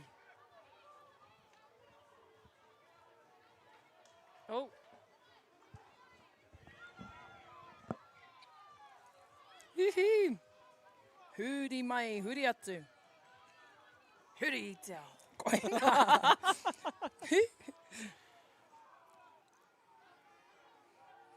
Kamakama te Kiorahi. Kei te rapa piro tipu wairua, ka pai ngā kaitiaki. Te tukurua rai puta mai ana I te ara. Rua. Hand over tērā, ne? Ai, te kapa. Right.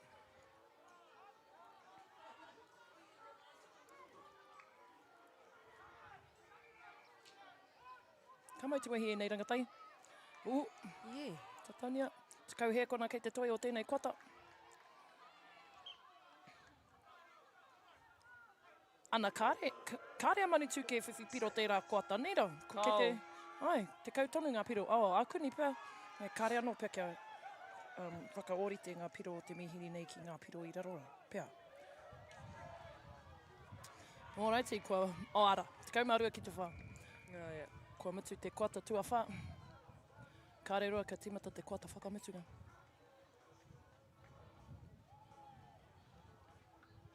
Nei ai te kura o Manutuke.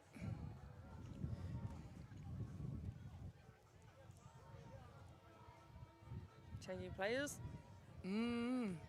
Fresh legs. Rongo whakata. Mihi mai e hite whānau. Niti. Ka noho reri ngā rangatahi ngā wā katoa mo te kapo whakāhua ne. Me te rikoata.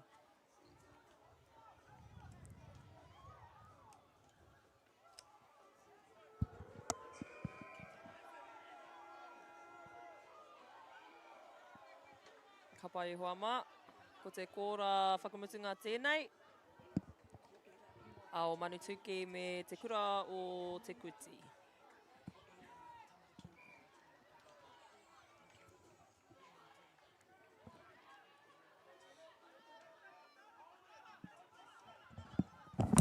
Ka te kuti te poro I tēnei wā. Kau. Kei Manutuke te poro I nainei.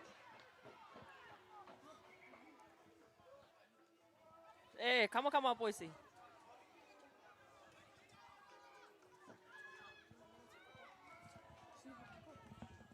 Kua tihai.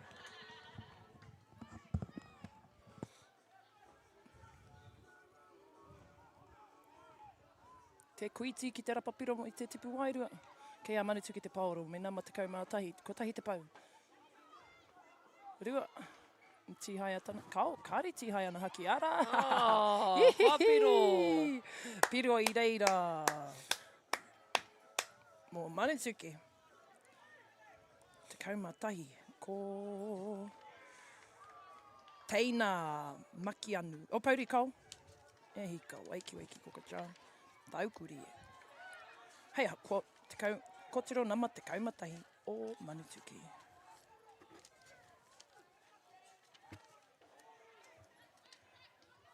Manutuke. Ki roto ki te pāwero, ki tana kaitia ki tipu. Ki tana whanaunga ki waho I te ao. Ko tei te pau. Kua piro. Piro. Tipu manawa. Kei te maramata pau. Te ki. Ko ngā piro I tēnei wā e hoama. Manutuke te kaumārima, whā te kuti.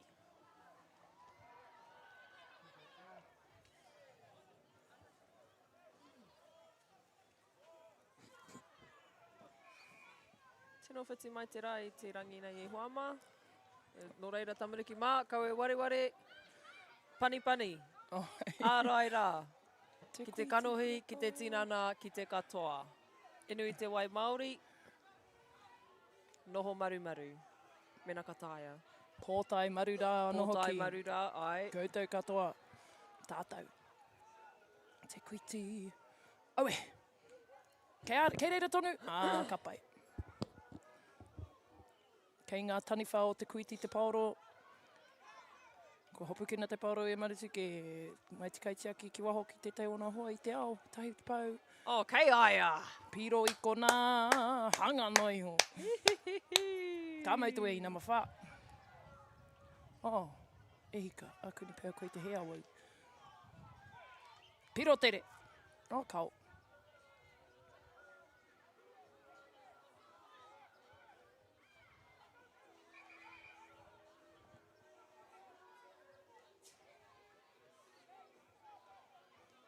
Tēkina te paoro kotirama. Ai, kei te kuiti, kei te rapapiro, tipu wairua.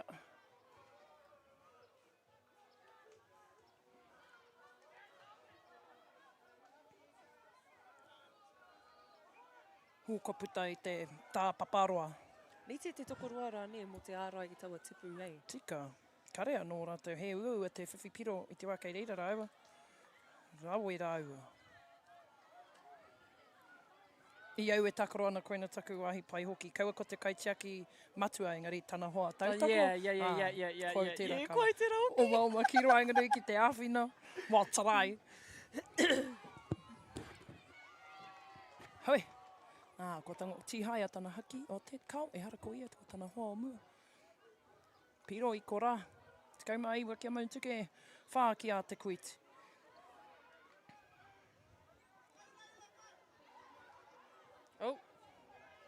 Oh. Hihihihi! Oh! Ka pai rā kōtiro, whawhai ana mo te paoro. Whakataetai ana mo te paoro. Koina. Mō te he mo tonu atu. Oh. Okay, te kuti te poro I nai nei.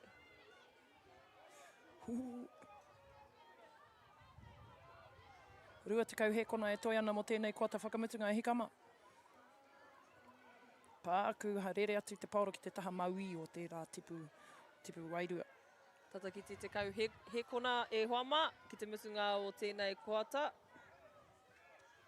Manutuke kei rātou te paoro. Te ki. Hewe. Prei whakamutunga e hikama. Hikina, tamariki ma. Nā, kamutu I ko rā. Te kau mai iwa Manutuke. Whā ki a te kuiti. Rima. Pauri, rima, ai. Hika, aku whatu. Au, ai. Kia tika kokajā. Me ki ko te rā. Au poi. Ko hi o te rā. Me haere kea wau ki te tākuta kia hoko mai e mōhiti māku. Spring safest. Tēnā koutou e hikama.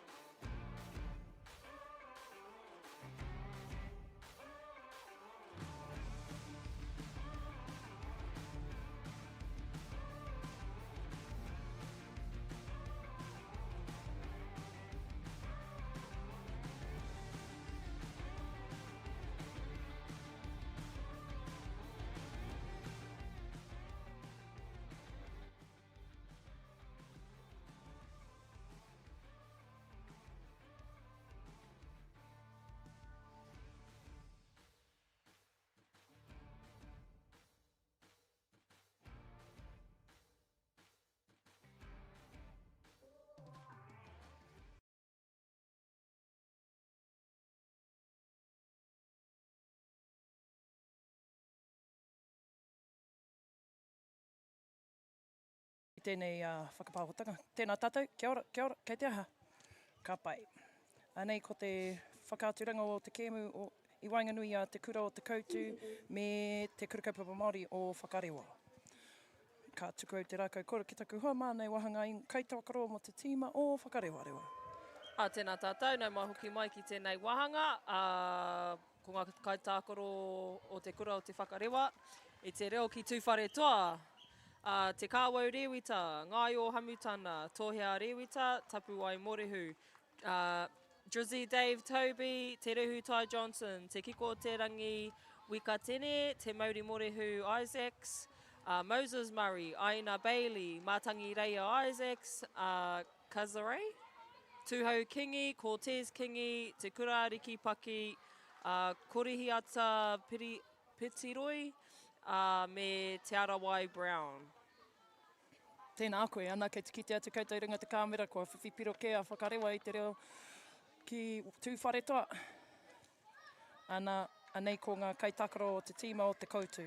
Tahi, raupere, rua, te whiwhi, toru, kapuarangi, whā, aniwa, rima, keira, ono, teia, te kāpene, whitu, te ahikaroa, waru, tia, iwa, taila, te kau, tana, te kaumatahi, arihia, te kaumarua, amaia, te kaumatoru, rūpena, te kaumawha, ahipene, te kaumarima, piere, te kaumawaru, ko kiani.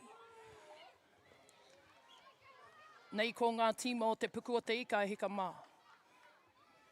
Te koutu me whakarewa. O te waka o te Aroha. O Pauri me tūwhare toa. Kei te koutia a ki tana whanaunga i te ao. Kua whakahoki atu te pauro ki te kaitiaki tipu. Kei te rapa ia ana hoa ki te ao ne. Yep. Ko puta i te tāpaparoa.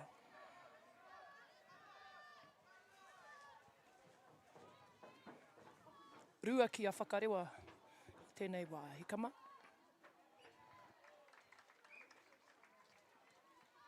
Ana kei te whira namarua ko te waiu o Ngāti Porou ki a te rau Aroha. Ana i te rātau i te wiki hāu tai atu e rā tīma e rua ki te whiringa toa. I puta te ihu o te rau Aroha i taua kēmu. Hano, hoki mai ana ki tēnei Tua piro ki a te whakarewa rewa.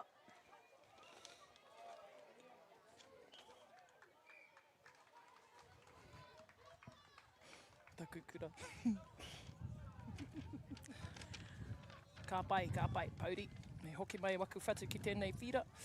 Whira namatoru, te koutu me whakarewa. Ko ora te kai wawao i kora. Ara, ke te kite ia e tohutohu ana i ngā tamariki. Te koutu ki roto ki te tipu wairua. Nui rawa e nei juniors ne. Whakarewa. O ne? E sure e senior pia. Kāre, koina te ahua o te iwi Māori ne. Pīki whara. Pīki keo. Ngā kaupau me ngā kaukeo o te ao Māori.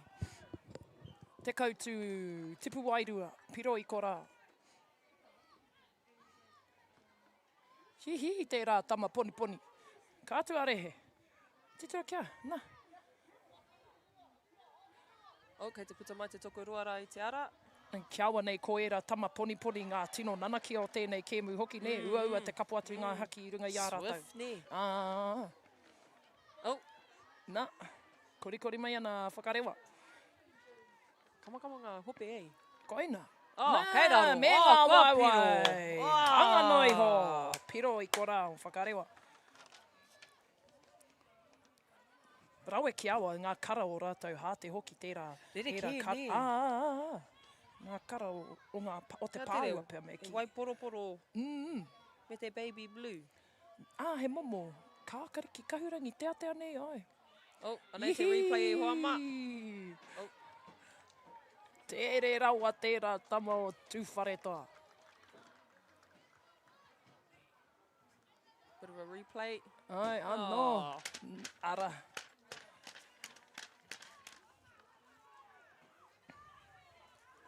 Rua te kauma o rima hekona e toi ana i tēnei kuata e te whānau. Te koutu ki te tipu wairua. Kua Rere ki te taha matau o te tipu. Oh. Wihi! Rautaki pai tērā o te tuku i tētahi te kaitiaki tuatoru o te tipu ki mua rawa, ne? Ai, tautoko. Whakapōraru i te taniwha. Ko ngā piro i tēnei wā, ono kia te whakarewarewa tahi ki te kura o te koutu. Hami.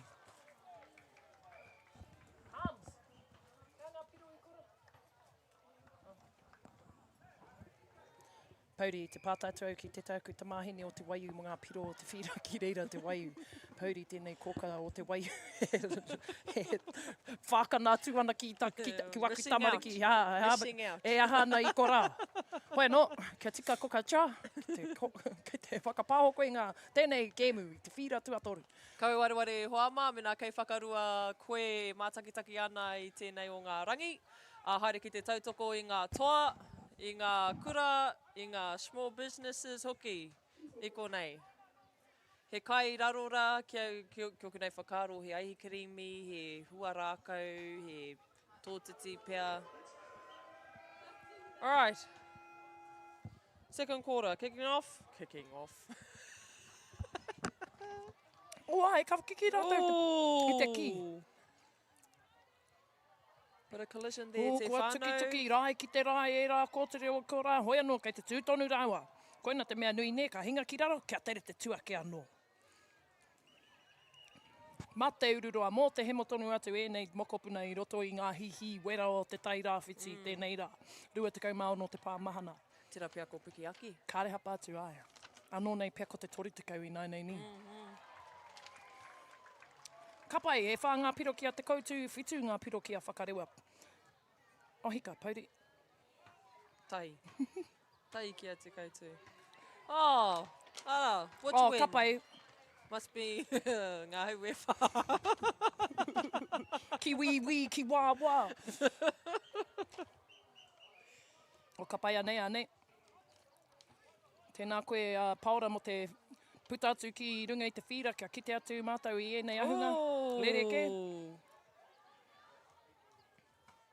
Oh, kāririro I aia. Ka aroha. What good play. Ngā mihi ora. Te koutu.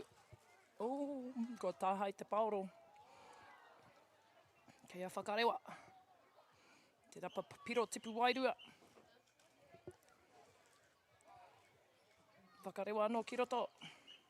Kei ngā taniwha o whakarewa. Te koutu, ki te kaitiaki tipu, ki tana whanaunga I te ao. Wihi! Kāre rātou I kapo atu I ngā haki o tērā kātua arehera o whakarewa. O pauri o te koutu, he piro I kora. Ka pai, kua kiki mai te marama. Oh, kia tira, hand over. Whakarongo ki te kai wawao. Kātahi te toki ko ia, ko ora, ki te mahi kai wawao. Ana mo te makarauna ni. Te tiro ki te hunga tautoko nui ko rā I tērā whira. Te koutu, ko tai te pau. Ihi, Piro. I riro I aia. Tāhua.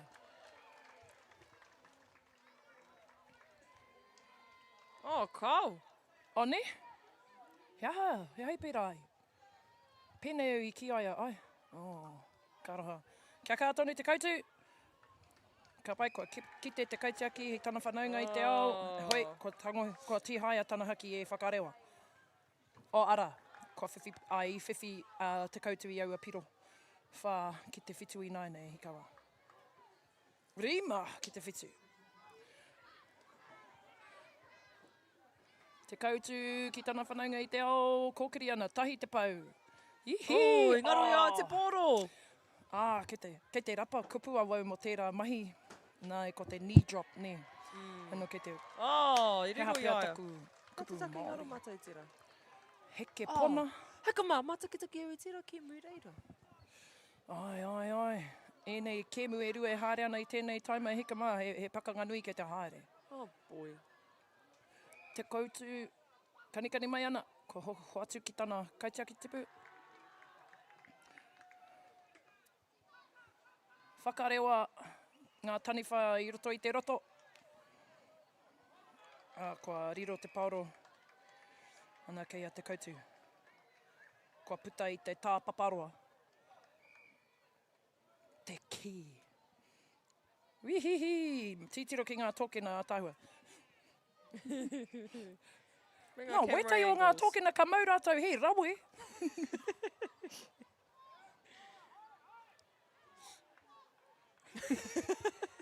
Ka pai kai a te kaitia ki tipu o te koutu. Kua maka ki tana whanaunga i te ao, kotahi te pau ki aia. Ki roto anō ki te kaitia ki tipu, tiro haere ana ko ki te aia tana whanaunga. Ka pai. Rua te kaumatoru he kona e toi ana o tēnei kota e hikama. Pātata ana ngā piro. Kei te kimihoa ia. Hihi, Kei reira. Kokiri kui. Iriro. Ai, rawe, koina te rautaki ne me ruku pāua. Me ruku pāua kia tai atu koe ki Whanganui rā ki te pāwero, whiwhi, piro tipu manawa. Ruku. Tuku. Ruku tuku tu.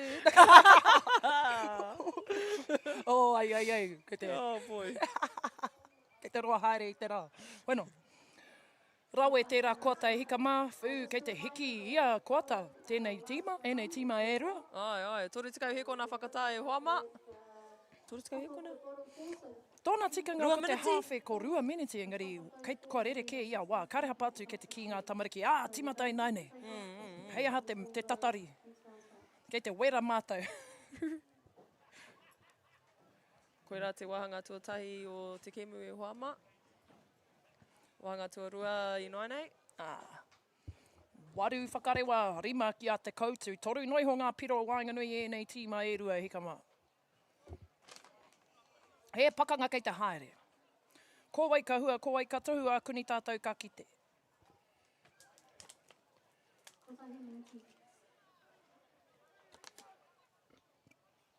Kei te whakaritirite mai ngā tīma e rua.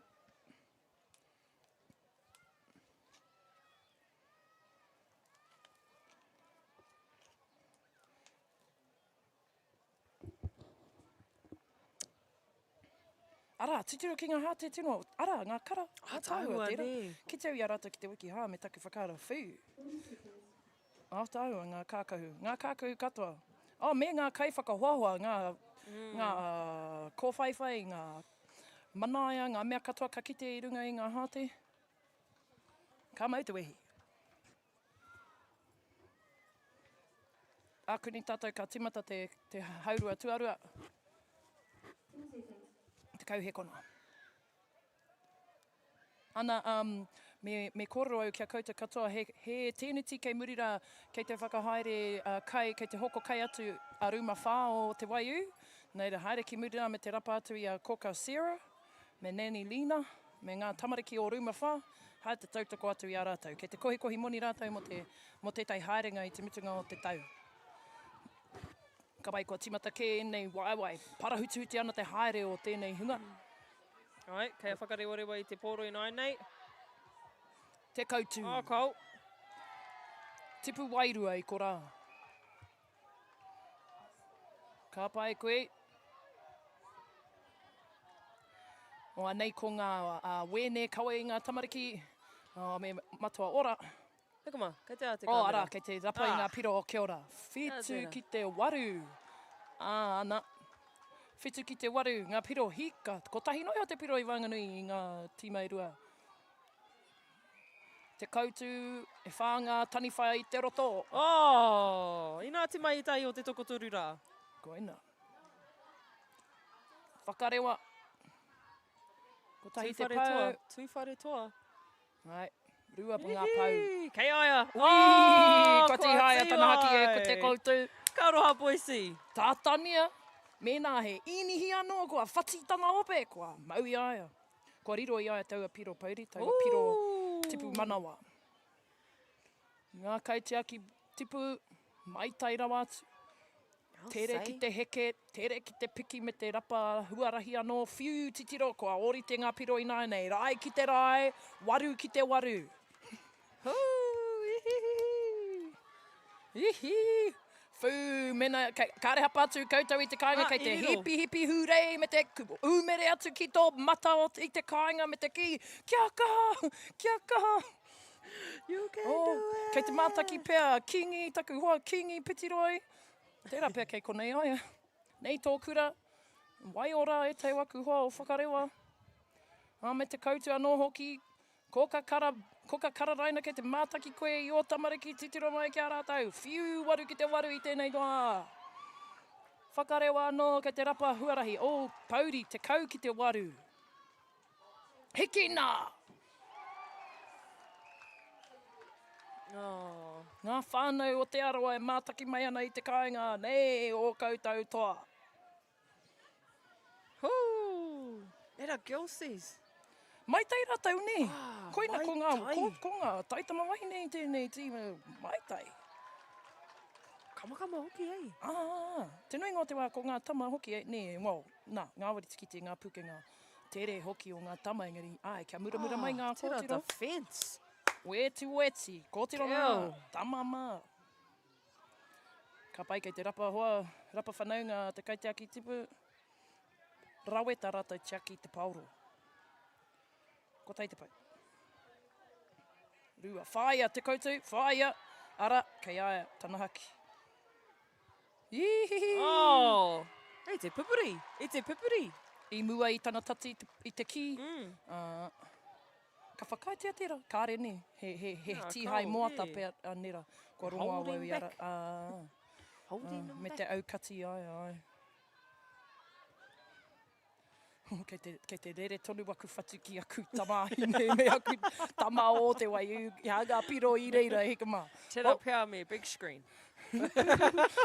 E kei te trai waku whatu kāpō te tituru atu ki ngā piro e tāma, ka tai auti ki te mai konei. Kei reira tā māua whira. Ai, ko tēnei, te tāmatau ko ka chā. Ka pai whakarewa, te kaumatahi piro ki a rātou. Kua puta te ihu o whakarewa I nā henei hika mā. Mua rā I te oma ngā hoiho e rua, ngā ihu ki te ihu, nānei kua puta te ihu o whakarewa. Nā, whā te kaumarima hekona e toi ana o tēnei koata tuatoru. Te koutu ki te rapapiro I te tipu wairua. Ana, kua kite ai ko. I hoki whakamuri ana nā te ringa o whakarewa, ka whiwhi piro I ko rā. Te ki. Ihihi. E rā, whati o te hope ne. Nana. Whakarewa. Hanga noi o. Miharo. Ai. Te kauhekona e toi ana e hika mā. Prei whakamutunga pēr. Kuni. Toru hekona. Ai. Nā wai, kei a te koutu te pauro. Haere boy! Tākoro whakamutunga. Te kaumawha ki te iwa. Ko tērā. Weti! Niti taua kota. Waru ki te waru ana nei kua ara ngā piro. Te kaumawha ki te iwa ki a whakarewa.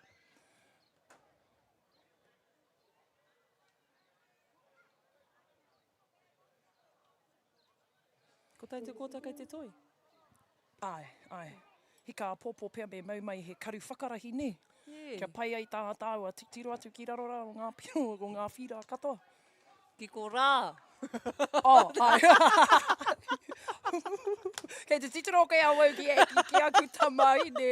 Anai tā māua ki me konei. Ai, mea kuira mutu I ko rā noho ki a. Ka pai hoama. Kick off. Ki Last ofa. kora. Pauri kau whakarongo mai ki ao. E tā, me. Huke mai ana ngā waiwai o tēnei katoarehe o ko te koutu. Ki tana kaitia ki tipu. Kei aia tonu te pauro rapa ana tana hoa. Kāre ki te ao. Hea pia tērā karanga. E aua. Could be anything. Tērā pia ko tana waiwai ni. Ai. Offside. Whakarewa me whānga taniwha I roto I te roto. Piro tipu wairua, he te rapa piro tipu wairua rātau. Te kautu ki ana whanaunga ki te ao. Oh, stepe. Ah. Hihi! Ka mauruehi. Kia kā ki te tiaki ngā reke te whānau. Aue, kei te hai konei. O ko aku tamahine me aku tama o te waiu koina. Kei te hūrei, hipi hūrei te iwi. Hepi toi. Hiki toi. Engari koina pia te tai o ngā painga. Yeah. Mo te iwi haute. Kei konei te haukainga ki te tautoko I a rātau. Okay, whakarewarewa I te pōro. Taniwha. Okay, a te koutu I nāne. Ko ngā piro I tēnei wā, te kaumawha kia whakarewarewa, iwa kia te koutu. Kei te parahuti te haere o tēnei tama o te koutu. Hui, kua takongia ana tana haki. Kua tihaia tana haki e whakarewa. Nama whitu. Ara, kei te kōkiri ai ki roto ki te whiwhi piro matana tīma. Ana, kua riro I aia te tipu wairua. Tata, ki te 3 miniti e toi ana e hoama. Ki te mutunga o tēnei wahanga. Tēnei kuata whakamutunga hoki nera e hoa.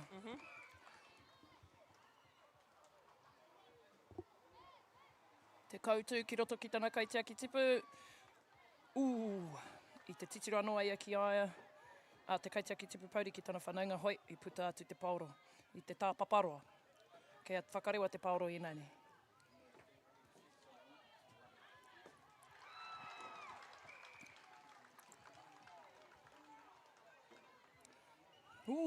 Ia.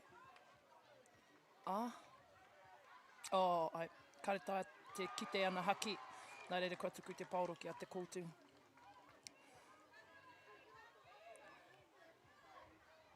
Whakarewa. Ngā taniwha o whakarewa. 2 miniti e toi ana I hikama. Te koutu kei te rapa I au na whanaunga I roto I te ao. Kei hea koutou.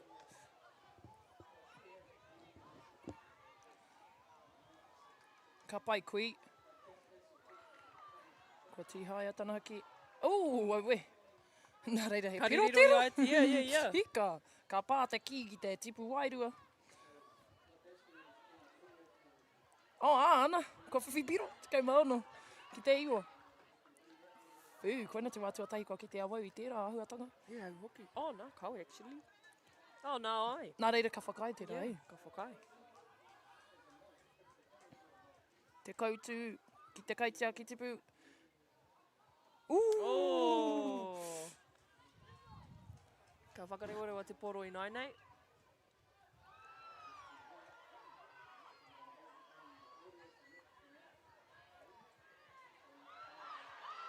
Whaia.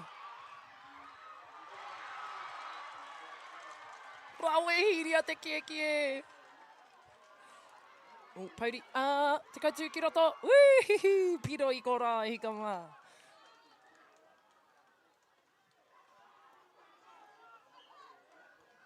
Te koutu rapa ana o na whanaunga. Nuku, ore ngā tags e hikama. Hata sai. Tori te kau he kona e toi ana. Tipu wairua piro I kora. Mo whakarewa.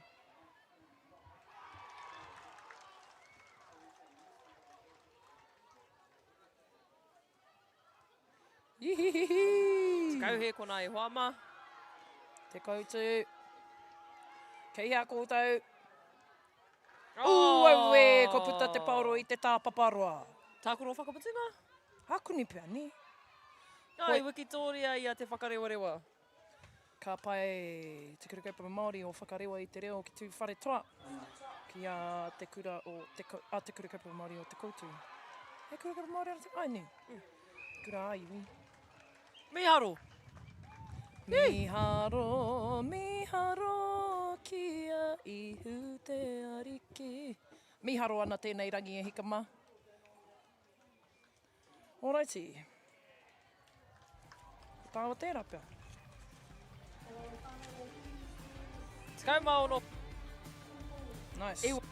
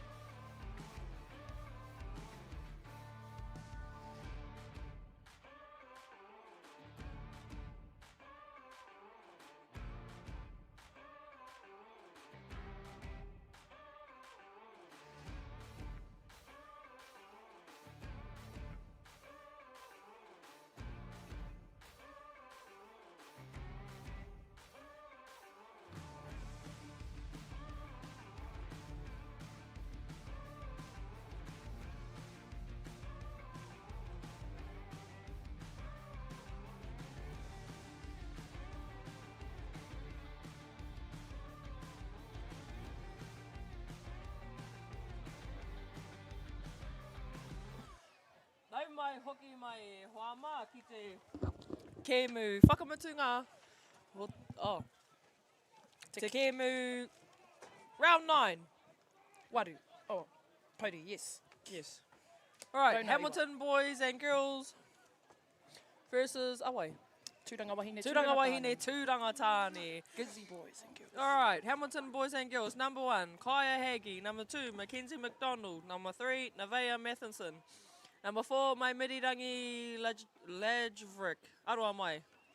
Number 5, Waimarama Corbett. Number 6, Kalisha Parko. 7, Iliera Tukia. Number 8, Pianika Emery. Number 10, Max Murphy. Number 11, Taina Makianu. Number 12, Marshall Pakinga. 13, Ese Mako. 14, Lewis Needham. 15, Tauta Whaikatipa. 16, Cruz Middleton Pudu. 17, Liam Taha Williams. 18, Javan Leilua. 19, TJ Anderson. Ka pai me ngā kaitākaro tūranga wahine, tūranga tāne, hika tata ki au tū te manoa maurea. Ko, te kaumarima, Maddox, Pohipi, Ono, Maihi, Alan, Waru, Daniel, Faitiri, Toru, Mahaki, Nicola Perry, Fitu, Riley Brown, te kauma Waru, Ashton, Dimini, te kaumarua, Raymond, Jameson, Rima, Falcon Spring, Wha, Jaden, Kemp, Waru, Indi, Nicola, te kaumarua, Piper, Wainohu, te kaumatoru, Aroha, Kennedy, Rua, te kaumarua, Bailey, Garrett, Koia, te kaumawhitu, Riria, Ata, Rua, te kaumatai, Betsy, Finley, me... Karamohi o mehe mea he nama. Rima tēnei, te mea he... Hoi, nama rima. Peyton Smith e hika mā. Ai, nō reira kia manawa nui mai e Hoama ki ngā ingoa, tino fresh e nei ingoa. Mēnei ingoa whakamutunga. Te hika. No, ara, he piro ki a ngā taitama wahine me ngā taitama tāne o Kirikiriroa. Ko rātou tērā kei te mau i ngā hā te pūwhero nera. Ne. Ana ko tūranga wahine, tūranga tāne rātou kei te mau ngā hā te pango. Ara kei te whaiwhai atu eia ki te tihai ngā haki, ana ko tihai aia e rua ngā haki. Rua ngā piro ki ngā taitama wahine, taitama tāne o Kirikiriroa. Maitai te rā ringa o nama rima. Kei te kohi pau. Kāre anō kia tihai ana haki, e piro i ko rā tipu manawa. Mo te kura o ngā tamatāne me ngā tamawahine o Kirikiriroa. Hika mai, kei hea tamatai whira? Oh, rua? Oh, boy. Kei kora, kei te taha maui. Kei te rapa, te kaitiaki tipu i ana whanaunga i roto i te ao, ara, ko ki te aia tētai. Ko tai te pau. Ngā taitama wahine o Kirikiriroa, kei te oma whakaroto, te aia ki te pāwero, tipu manawa. Mo kāre, ko tihaia tana haki e tūranga wahine, tūranga tāne. Kia kātātai te tai rāwhiti. TWTT, ke kaha. Ai. Mamarau ki tā koutou tīma i mua. Jeez, something else. Toki. Toki. Mai rā nō ne ko rātou tērā, ka kite i roto i ngā whiringa toa ne, ngā kirunga ake rā, o tēnei o ngā tākaro. Ngā tama o Kirikiriroa. Ko tahi te pau. Ko hoki atu ki roto ki te kaitiaki tipu. Te pāwero. Ihihihi, tipu manawa i ko rā. Tei miniti e toi ana i Hoama. Nā, tere rawa tērā rima miniti. Pau. Ka pai he piro mā tūranga wahine, tūranga tāne. Ko tahi te pau tonu ki ngā taitama wahine, taitama tāne o Kirikiriroa.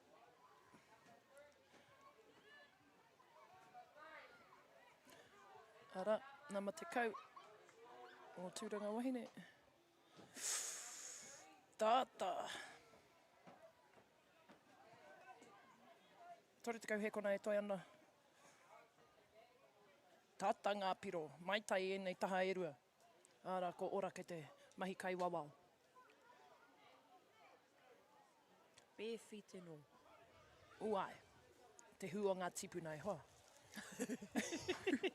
Pauri, a kuni pia i arato e tahi ko, hu. he chandara. Harakiki. Purei whakamutunga e Hoama. Te tangi mai ana te hauna ora. Oh, i roi ai tērā. Ai, Paku te whati o te hope ki te mawia, ka hipa ia I te hoariri ki roto ki te tipu manawa. Makarona ngā Kelsey's.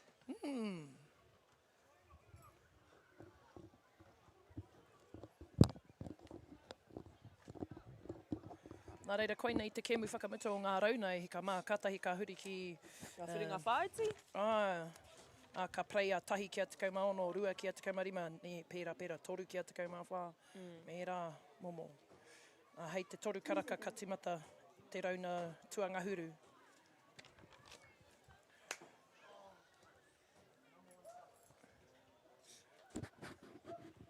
Nā, tūranga wahine, tūranga tāne. Kei a rātou, te ki I roto I Second te quarter in the first marama. half. Oh, tangi tuarua. te bere. Hawe, ko puta te ki te tā paparoa. I must say, that was a silly pass from T-Dubs. Hopu ki nā. Whā ki te toru e te whānau. Tēnā koutou ngā whānau e mātaki mai ana I te kāinga. Ka hapa ke te umere atu ki te pauaka whakata anō, pērā I te kēmu o mua.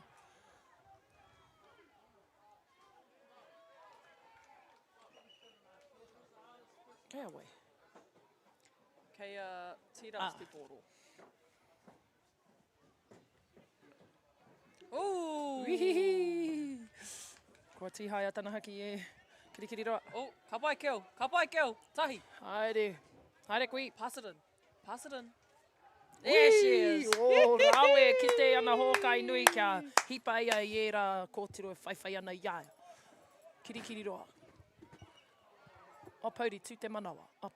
Tūranga waire, tūranga tāne. Tū te manawa maurea ho. Kareha patu kei roto rā pewa ētahi o rātou tamariki, ne? Ka te matakai whānau. Ia hua rākau. No. He taonga te wareware e hoa. Ai. Bueno. E harei te mea he pērā ramotu. Engari, ai, tūranga wahine, tūranga tāne I tēnei wā. Mau ana te ki. O kua riro ki a kirikiri roa.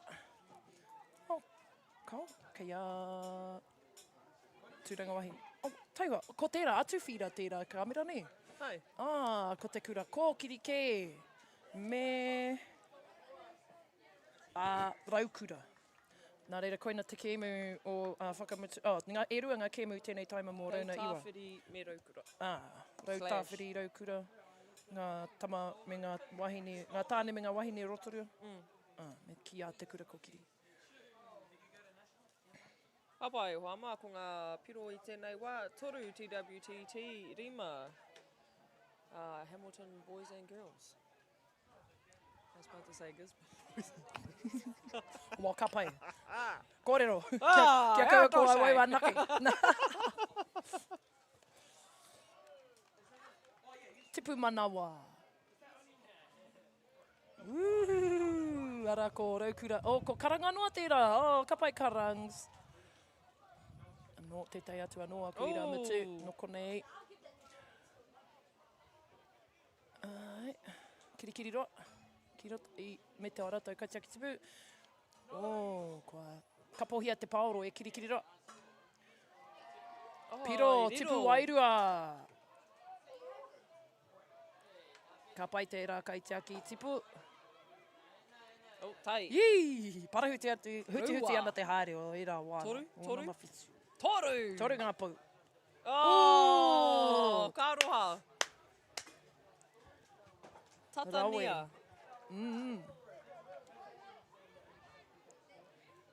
Whaia koe. Ki te matau, ki te maui. Ka hinga tana hoariri ki raro. Yes. Whaia. Ngā haki te rataha maui o te whira.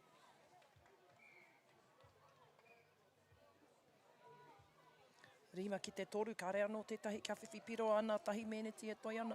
Neke atu I te kotahi meneti. Pau I kora.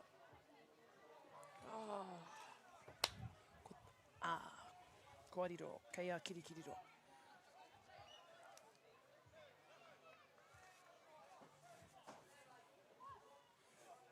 Pau, I kora. Mo tu te ma... Tūranga waine, tūranga tāne. Heka, kei te ao kapahaka kētaku hine ngaro. Tau kuri e. Nā te mana kura tahi pia I pērā ai. Engari mai rā nō ko whakaro pera a wau ko tūranga wahine tūranga tāne te kapa pēpi o tū te manua, a ko rītana, te kapa pēpi o whangara. Yeah, hard to say. Ka pai, tūranga wahine, tūranga tāne, ko tahi te pau. Ko puta te ki te tā paparoa.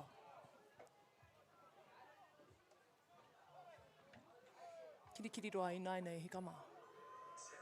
Kei ngā tērā tani whai I te roto. Aue. Whakaro whakamatunga I hoa Ni mā. ti ai a te noho ki roto I te roto.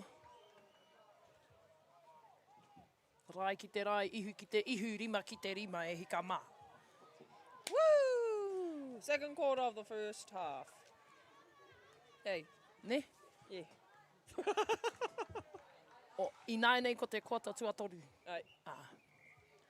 Hoa, taua e nei whakaniko o me te tauira I konei te tamaui o Poraurangi.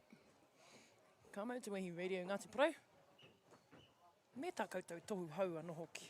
Hara te 4K... Oh, for those 4K viewers. Kāre, ko te kaunga o te kāmera ni.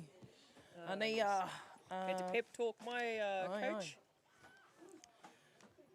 Yeah, Hamilton Kiri roa. girls. Titira ki e rā Hamilton whakahoahoa. boys. Whū, ata aua. Pūwhera whera me te Hair kaura. Broncos. No. Kia ora, o ne, koina tō tima. Oh no. Wow, United. ko rātau ngā toa I tēnei wā, ne? Kia ora, wow, ko awau, o ko CIT wai. Engari, he kaupapa no tērā, he kurangi anō hoki ai. Rātau katoa, Waiapu, Tokararangi, TVC, Waima, kei konei. Shana.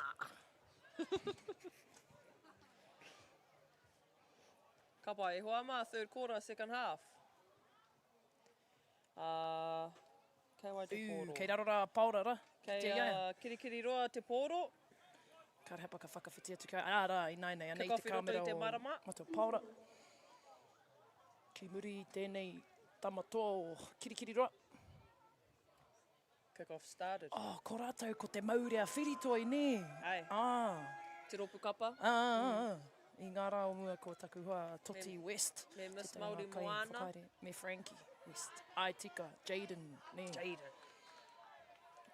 Randall. Pauri Kau. Me kaukau e kororo. Koe he iau. Rima ki te whā. Ki a tūranga wahine tūranga tāne. Kei a kirikiri roa te pauro. Tata te kēmu nei e hoa mā. Wai Maria. Te aki paitau a tama I te pao, I te ki. Kei a rātou tonu. Kua puta I te tā paparoa. Kei a tūranga wahine tūranga tāne. Ui, neat. Beauty. Ka pai e rā tokorua.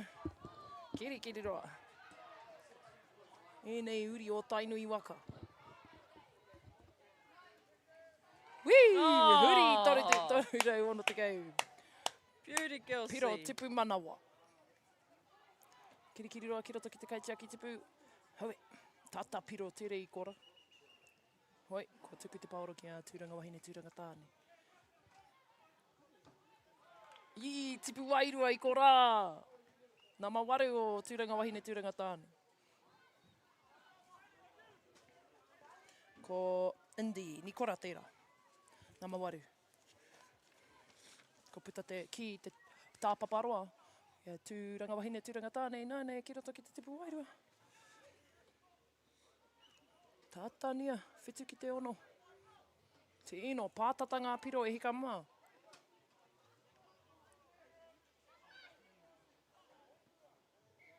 Ihi! Ngā haki e rua. Ka tuku te paoro ki te wāriri. Kia tūranga wahine tūranga tāne.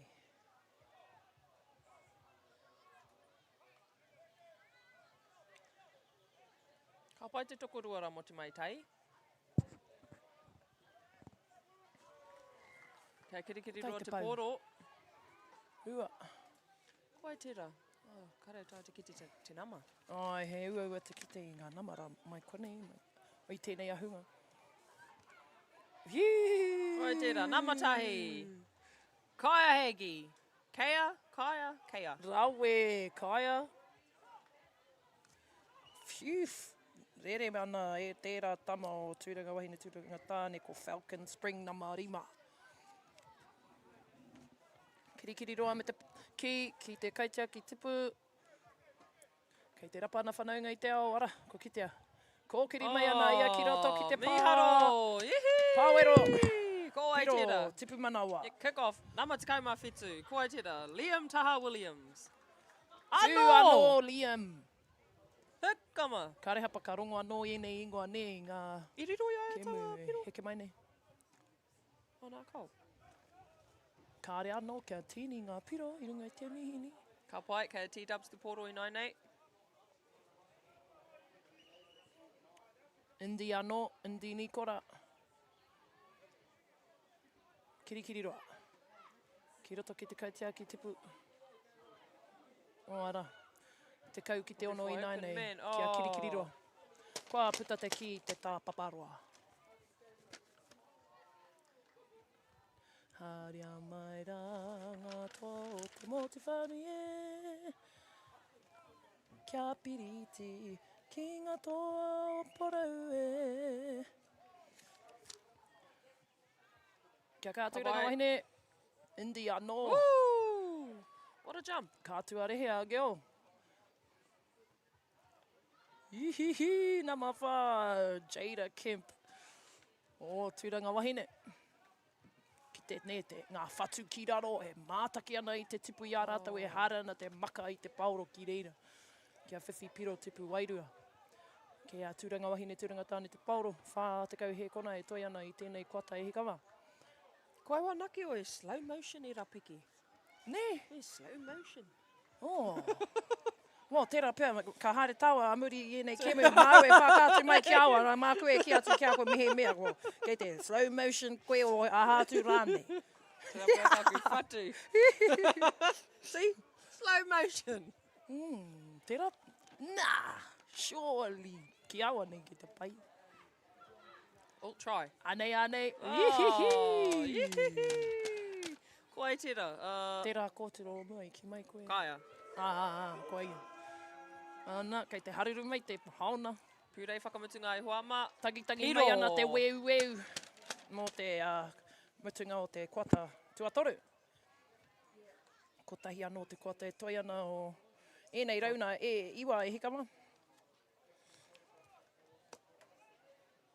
Te kau ki te waru kia kirikiri roa. Te maurea whiritoi. Puh. Ai, tērā ingoa neko flash ni. Ni pera ki ngā ingoa tuatai o ngā tamariki. Hea tāhua. Hea tāhua he ririki, hea tāhua. Tore te kau heo kona e Hoama.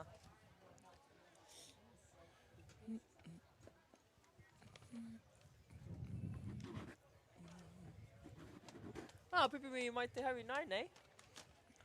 Ai, hea koe i mua rā tāwhiri. Ka pai. Ara te weu, tangitangi mai ana e hikama. Ko ti mata tātou. Tūranga wahine, tūranga tāne me tā. Ko tangi mai te wihara te kai wawao. Ko whio mai tana wihara. Kei a kirikiri roa, kei te rapa huarahi kia whiwhi. Piro tipu wairua. Ngā taniwha o kirikiri roa. Ngā taniwha o Waikato. He piko he taniwha, he piko he taniwha. Tahi te pau. O rua. A ki o mā. T-dubs. Ai.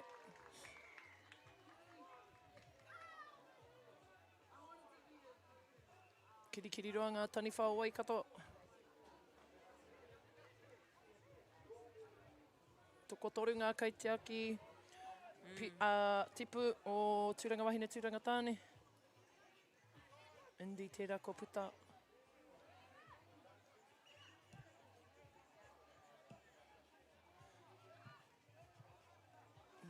26 ko... hika, ka rei au, tana ingo. Kirikiri roa. Tani wha. Kare anō kia kite, piro, tipu wairua. Ko tihai tana haki e kirikiri roa.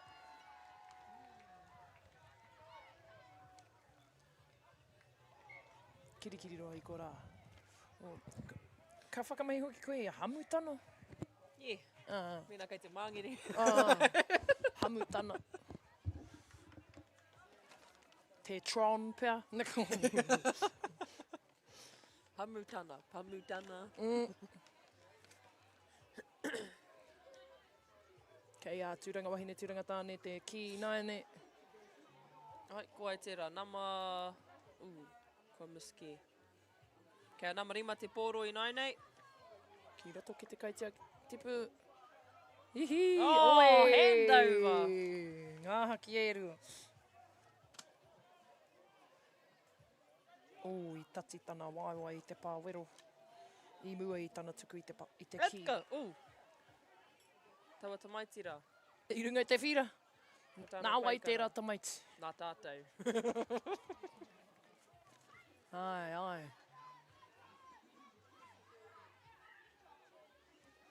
Tūranga wahine, tūranga tāne. Ko tērā, tikaumarua. Kaipa, rua ngā Wainohu. tikaumarua. Rua tikaumarua ko Bailey. Bailey Garrett Koia. Rua tikau, yep. Kuni pe he koia uru te rangi. O rānei he kora, he ua te pānui. Kora, koia.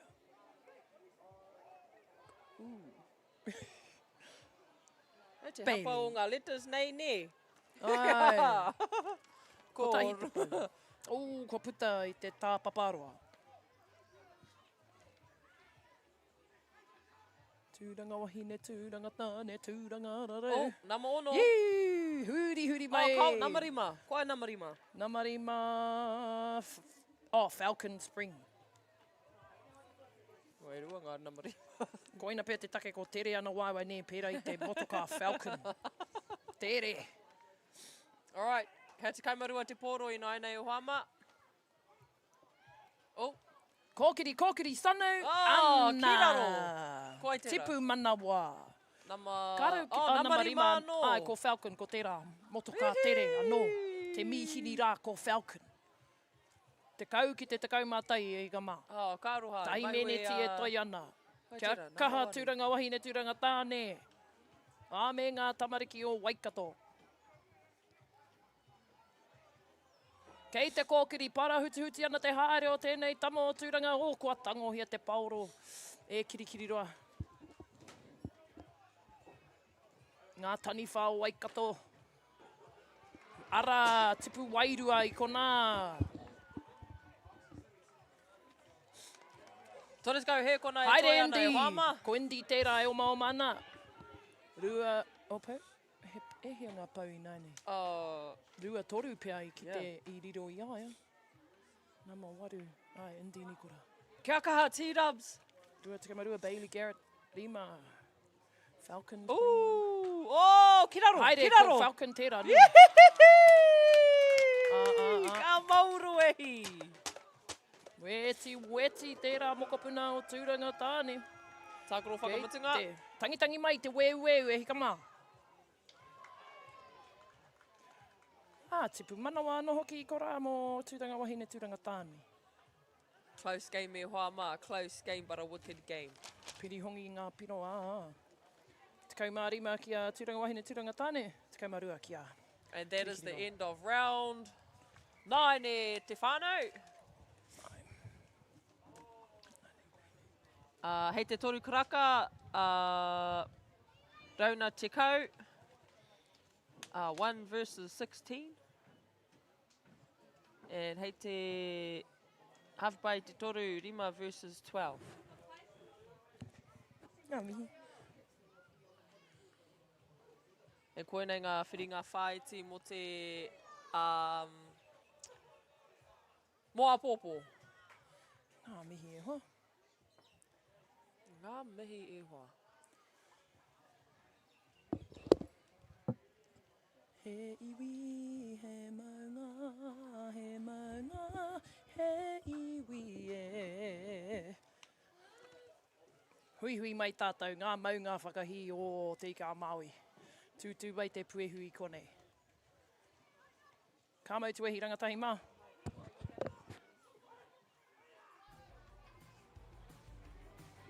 Tēnā tātou.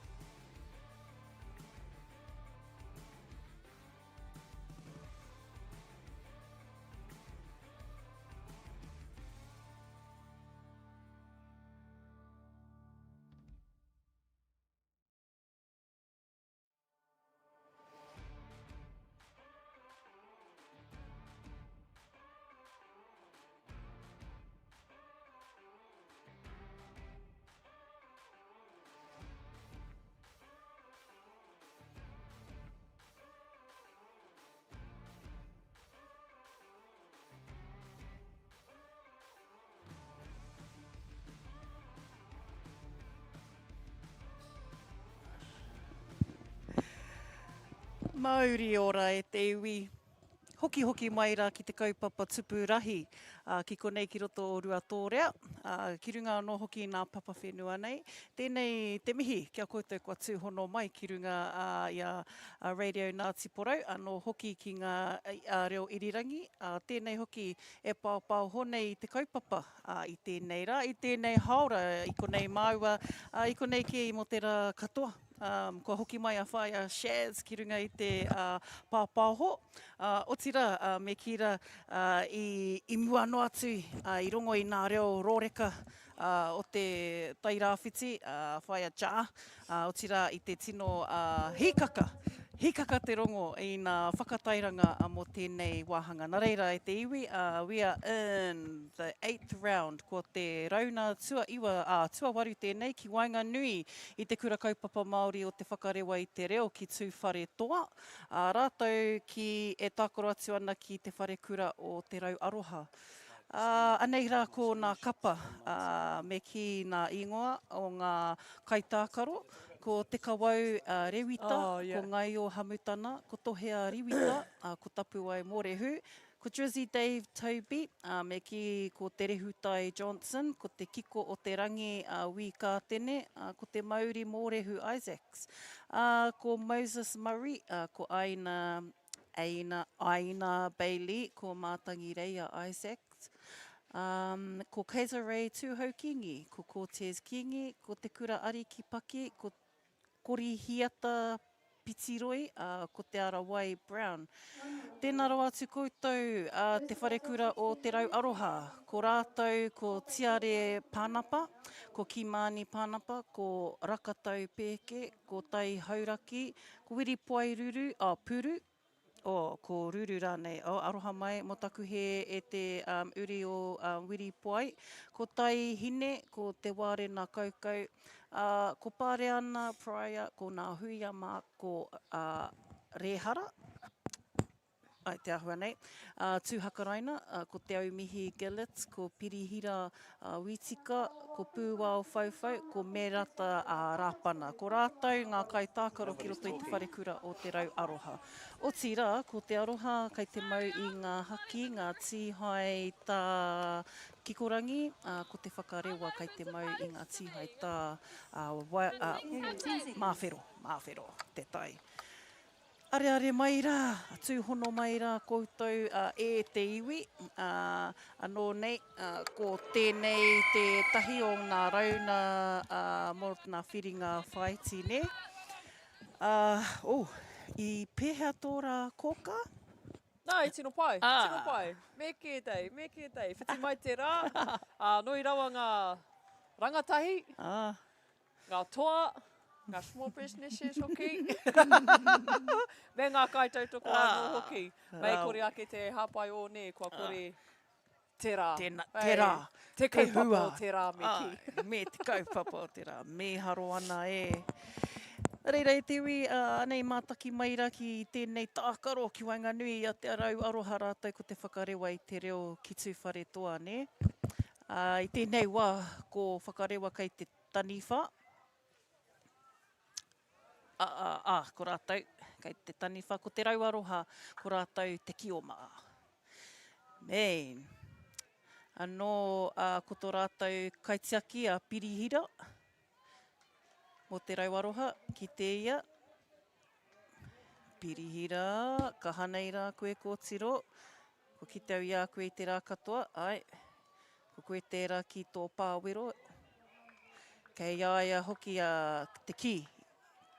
Whiu atua Pirihira i te ki tana kioma. And Pirihira there looking for a kioma in te ao. The ki just loosened te ao, looking for the kioma. Kua riro i a te rau Aroha. Tino pai. And a reset there. Kei te kimi hoki a whakarewa te rau Aroha hoki i tō rātou kioma. Kimihia, huri atu ana, kua kapohi atu, kua tīhai, tana ripi. Rawe, hoki mai anō, Kua karanga te kaiwawao. Karanga hoki kia whakahoki te ki te ao, ki waho o te kahara nui. Me te kaitiaki. Ai, kua pātu ki roto i te ao, kioma me te ki, whiu atu ki te kaitiaki, pirihira, ko waito kioma. Kei te tatari atu ia ki te ao, tihai ki te roto. Whakarewa with a rip in te ao. Hand over. Kua hoti te ki nai nei, kia whakarewa. Wha... Rima. Toru he kona. Mena ka tihai tō tā. Ia koe e omahaere ana i te ao. Toru he kona te roa. Main. Pehea rā tērā, kari eke. Nau tupu manawa, ripped in te roto. Kua hipa atu te ki te ao. Huri. Nice, manning up. And manning up again. And Taniwha, handover. Taniwha, looking for a shot at the tupu. Whiu atu ki te tupu. Traihi anō. Peke runa. Hea ha te karanga te kaiwawa. Karakau. Karetaia. Ke mihia. Whakarewa rewa. Alright. Whakarewa I te reo. Oi. Tūwhare toa. Tūwhare toa. Koki mai. Koe tērā kei te kaiwawa. Taimari e matahiki. Tēnā koe. Tēnā kōrua nā kaiwawa. O tira koe wareware nā kaipiro. Ko rātou hoki he mahi nui ki runa I te papatākoro. Kua hipa atu te ki waho te tāpaparoa. But we've got some good coverage down on our papatākoro I tēnei rā. Aratua no e rua e whāngā papa.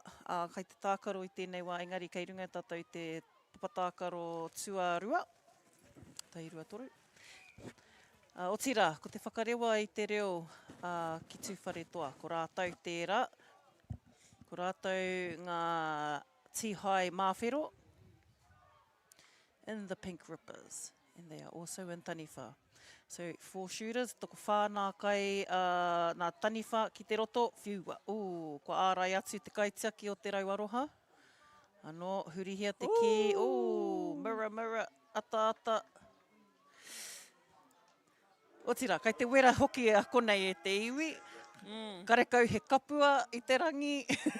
Karekau he kapua ua, karekau he paku ua. Barely he hau. Kei kokore he hau hoki. Rima he kona e oama, toru he kona e nainei, ki te mutunga o taua kōra tuatahi. Kia ora rā. Nā mihi kia koutou. O tira e te iwi, kia kaua hoki e wareware ki ngā kai tautoko, te puna tautoko, ara ko toitū Ngāti Porou, rātou hoki ki Trust Tai Rāwhiti. Tainoa atu kia Radio Ngāti Porou, nā rātou wēnei taonga pāpāoho, kua hō mai hei whakapāoho atu kia koutou. Ko NZCT, ko NZ Community Trust hoki tērā, ko rātou katoa, nā puna pūtea kua koha mai. E mihi atu ana hoki kia koutou te whakarewa I te reo. Kia ora. Me te miharo atu, ia hau e huri haere ana I rono katoa I te reo Māori mai nā kura kaupapa.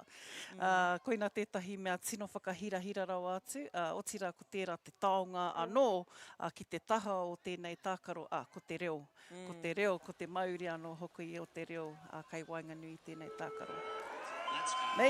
Kua tani. Kua Kick tani rā. Kiki awhi Kiki awhi. Kei a Waitipora, kei a te whakarewa I te reo ki tūwhare toa. Ki oma me te ki, pātu ki te pau. He's got one. Tērā, te kaumarua. One defender on him. Arara, I huri tō tuara e te Aroha. Tiare, I huri tō tuara e tama. Tama, you're supposed to turn left. Refe. Te refe. Ka pai, kua piro. Piro tere, whakaia nā kaiwawa.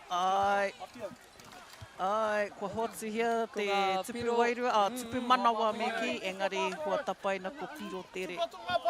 Nice. Te rau aroha. Ai, ko ngā tira whiua. Jeez. Nice. Makarauna ki ngā Kelsey's, ne? Tino kaha ke nā Kelsey's. Yeah. Me te nuina o ngā kaitiaki, he kōtiro. He Ai, wahine. ai, kua ki te tira. Ai, ne. Ai, ko. Te mea, he kaha rātou. Kare, kaitiaki, pai ake te kōtiro, ne, te wahine. Rātou ke nā kaitiaki. Wai ho mā ngā poisis e mai ngā oma. Mana poisis e whakapau kaha, whakapau E whakapau wera wera. Ka pai, kei te rau aroha. Te rau aroha ki a rātou te ki. Ko wiri poai tērā, me tana peke whiu. Oh, yes, haven't seen one of those little passes mo te wāroa. Oh, ka pai, Tahi. Tahi. Wariro i Whakarua. Whiu atu ki te kaitiaki, kei hea toki o ma. Serenera. Toru. Toru. Motu, whana. Kua ki te he puare. Kei reira. Whakai, Whakai ki tērā. kei te ki mai te kaiwawao, kare riro. Peke whiu. E rima ngā pau. Mau te wā. Hei anō, me tere whakahoke. Waki, naka whiti koutou, ne? Mai anō. Wai mari he tino whiti koutou. Right. Kia rātou tonu te ki. Whakarewa, ko tā hi te pau. Hei, kei te tūnā matiringa nā kaiwawao. Kaitiaki. Hei reira. Iki te koe kaitiaki. Nā, kei te āhua. Well, hey. E harai te mea, tere. Ai, kei hea tōki o maki te ao. Paku whana i tana waiwai. Ai, ko puta ki waho. Kia te rau aroha te poro nei. Ana, taniwha te ki. Taniwha. Taniwha te whiu.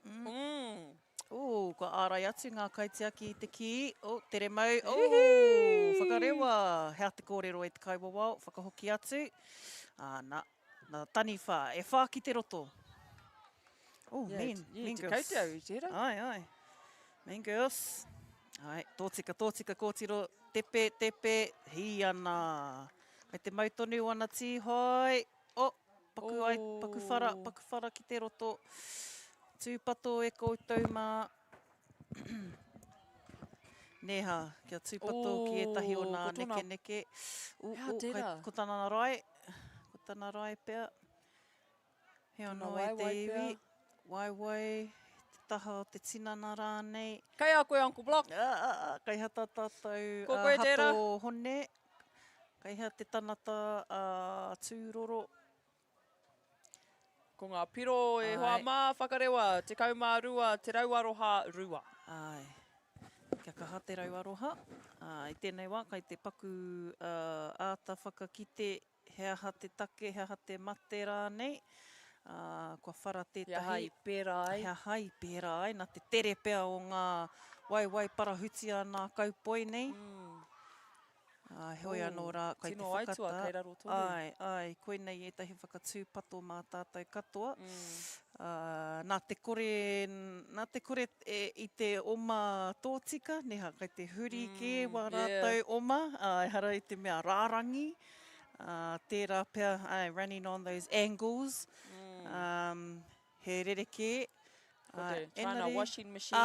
He momo. He mihini horo i kaka te kia cooks. Yes, girls. All right, kei konei a matua me ana rawa. Ai. Tai hoa ke nei e te whānau.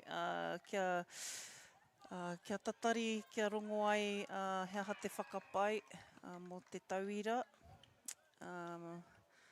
Tēnei wā kai te... Kei te hariru. Kai te āta whakaarohia. Like it's finished. Kare anō komatu, voices. Tatarira.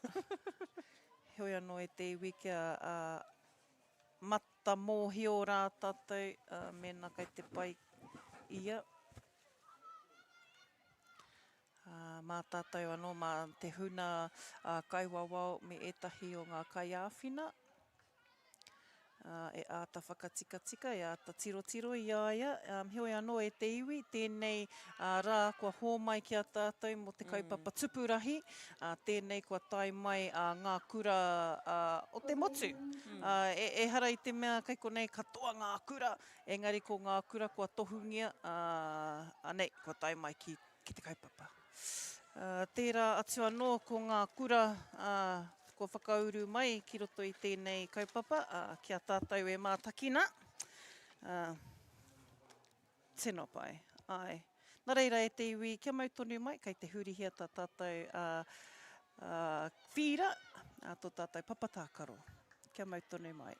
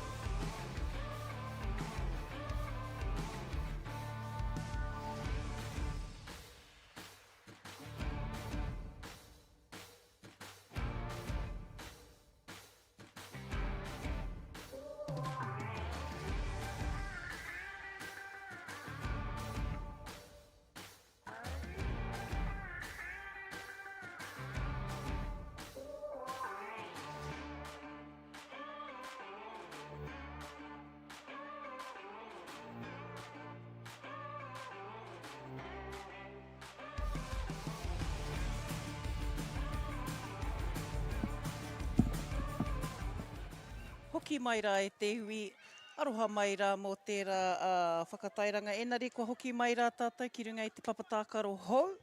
Aha koa me te papatākaro tuatahi. Aha koa, kai te kaha, kai te pakari tonu tērā o nā kaitākaro, heoi anō rā, ki roto tēnei tākaro tonu ki roto i a kiwanganui a te rau aroha rātou ko te whakarewa i te reo ki tūwharetoa. Tere ke ana tō rātou parahuti ki te kimi i tētahi tupu manawa, me te riro, kua riro, ki te au.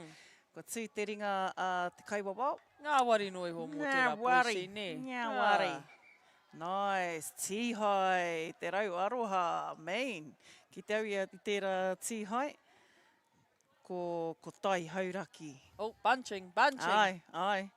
Ko pāpā koutou. Tupu wairua. I mana tērā. I mana tērā. Mana nui tērā. Mana nui. Oh, toru rātou no au nei. Kei te chaki te tipu. Chaki. Oh, nice. He piro te... ai. Piro Ki mai a tupu missing wairua. route, Ai. Whakaai ana, whaia.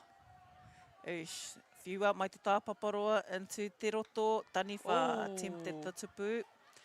Ko kohia e te kaitiaki looked for the kioma. Oh, kei reira. And te ao, ko tahi te pau. Kei reira. Oh. Auwe, just a little overthrow into te tāpaparoa. Kei te pai, mā te rau aroha e whiu i te ki. Ka pohia atu. Ooh. Ai, staying on side. Ai, kia kaua e hipa ngā waiwai. Me noho tūranga waiwai. Kua hatia. Hope. E kokore. Kua tīhai ki te ao.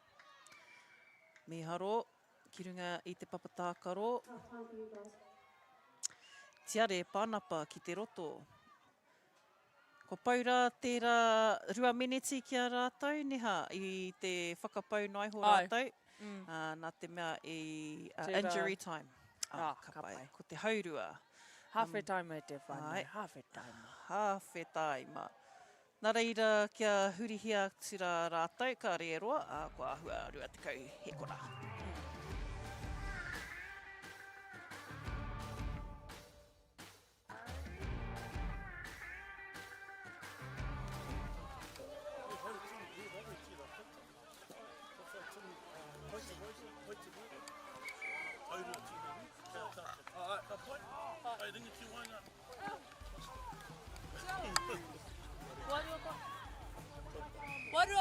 te tore!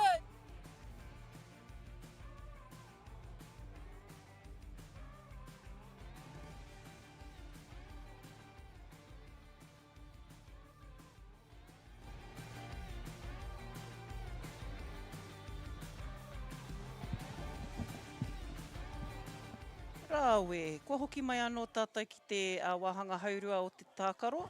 Half time between, and we're at our third quarter between. Whakarewa rātou ko te Rauaroha, anei rā ko ngā kapa e rua.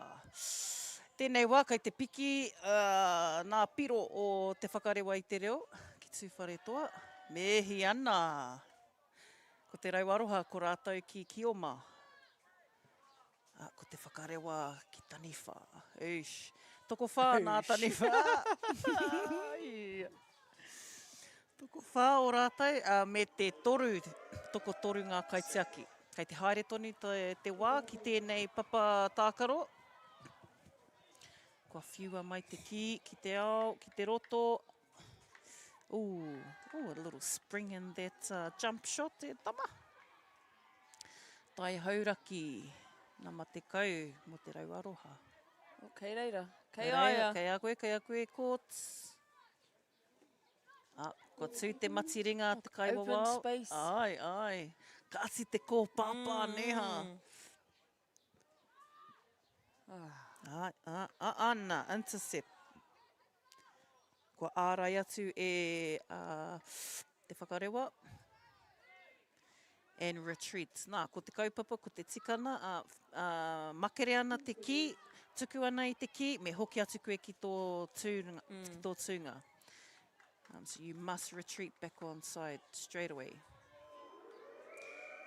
Koira te kōrero, ka haere tonu a whakarewa i te reo, ki mihia he peke whiu. Ko ārai atu te kaitiaki, main kaitiaki. Oh, anō. Intercept of doom. Anō nei. Peke whiu anō. Engari kua kapohia atu e te kaitiaki. Tereke tō mahi e tama.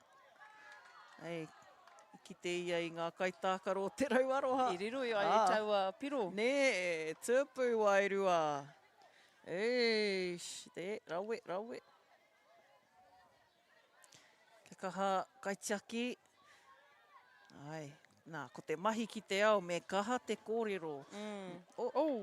Koreti.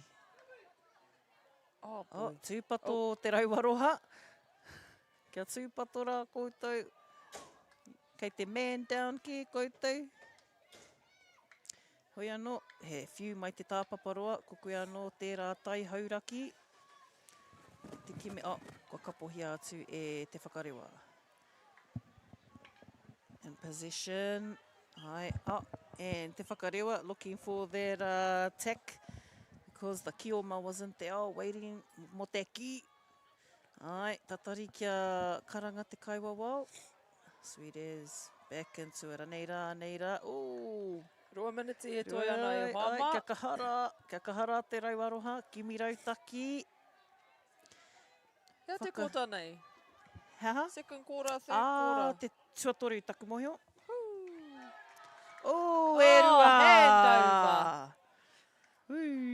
Tō koutou tere te whakarewa. Nā aroha mai rā, nā te kore he nama ki tā koutou taha ingoa. Ko kore tata maua e mohi o ko waira koutou. Engari, e mihi ana, nā te mea, kua tai pakari mai rā te whakarewa i te reo. Ko taku i rā mitu hoki tērā, ko taonga āku hata, tā rātou, kai ārahi, i rā mitu. Nice intercept. Kua kapohi atu. Kua piro! Tupu, wairua. Nice. Mean shot. Ki te koutou, toko whā ngā taniwha. Neha, when they're on defense, ka huri rātou. Ko taka mai tētahi o nā tihaita. Kaitiaki, rima he kona te roa, girls. Ko taka miha mai anō tētahi o ngā tihaita. Rawe te Rauaroha, whātoro atu. Ano, kaitiaki. Hea te kōrero, hea te kōrero. Ko wai o Kioma. Ko wiri poai tērā, nā matahi mo te rauaroha. Ono, ko Kimani tērā mo te rauaroha. Ngaru ia te pōro. Nā ro atu ana. So nā... Te whakarewa, engari, kua tangi, kua huri ki rātou. Mihi ana, tjē. Kua huri atu anō te ki, ko te hau whakamutuna. Ka pai, ka pai. Ka pai tērā koata. Stay tuned e te whānau, fourth quarter, round 2.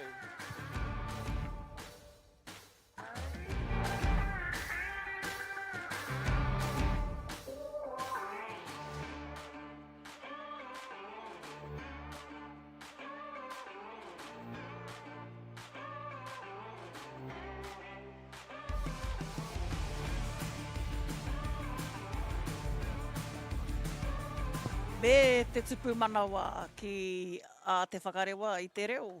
Te reke tō rātou whai i te tupu manawa, ka rehe makarauna. Ana, kaitiaki ki tana Kioma, pā ki te pau. Ko tahi te pau, ko i te tū te mati ringa te kaiwawa. Oh, nice. Tupu manawa, just ki te taha o te ara. Nā, he aukati tērā wāhi ki te Kioma. Ki te whakawhiti ia i te ara o kua hapa. Nā reira, tēnei te wā, whiua e te rauaroha. Ko rātou a taniwha. Oh, nice. Paku ki te whakarewa, engari kāre mau i te ki. Kāre i kapo atu. Te rauaroha. Ko rātou kei roto i te roto. Ārai atu te ki e te kaitiaki, kei roto tonu i te roto. Kua kapohia atu e te kaitiaki meina. Whātoro atu, girl! Tere, Kelsey. Me te mea, kei te tika tērā i muri ki wana waiwai. Kei a koe. Tīhai ki te roto, me tana mōhio. Tana mōhio, kua tīhai ki tia. E te kōtio. Engari, me mōhio. Kare ia i te pirangi mōhio, enari. Ko ki te te ao. Ko ki te ao whānui. Whakarewa. Whakarewa i te pōro. Se koe te pānga o ngā tamariki nei, kāre rātou e awanguanga mō ngā pau e takuto ana ringa te pātiti, Mina ko mātou tērā ka pukuriri. Ko pukuriri, ko tiwahātu. Whakatūhia! Stop te game. Ai. Whakatū ngā pau. Whakatūhia ngā pau, ai. Whakatū te kimu. Ka pai. Tahi te pau ki a koe tērā. Whakarewa. O tira, ngā kai hōmai i ngā Kiorahi. We might have to have a think about our mea. Double! Ne? Maurawi number 8. Maurawehi ana e. Gang. Ia. Kua ārai atu. Toko toru ngā kaitiaki ki te pāwero. Kua hatia, hea te karanga. Piro tērā. Me piro tērā, ne masi. I rongo anō i te tupu. Mean. Ki raro ki ngā waiwai.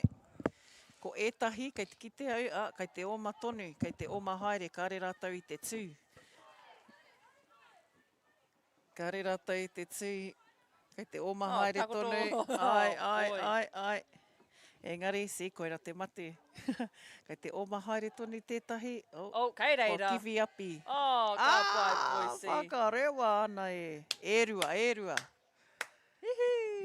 Erua nā tupu manawa. Ki te whakarewa i te reo. Kei te piki haere, nā nama, nā piro. Hoi anō. Anō nei. Kei te tāe Nā puare te rauaroha. Ngā piro i tēnei wā, rua tikau mā ono whakarewa ki te whetu. Te rauaroha. Kei te tino werohia e tamanu i te rā.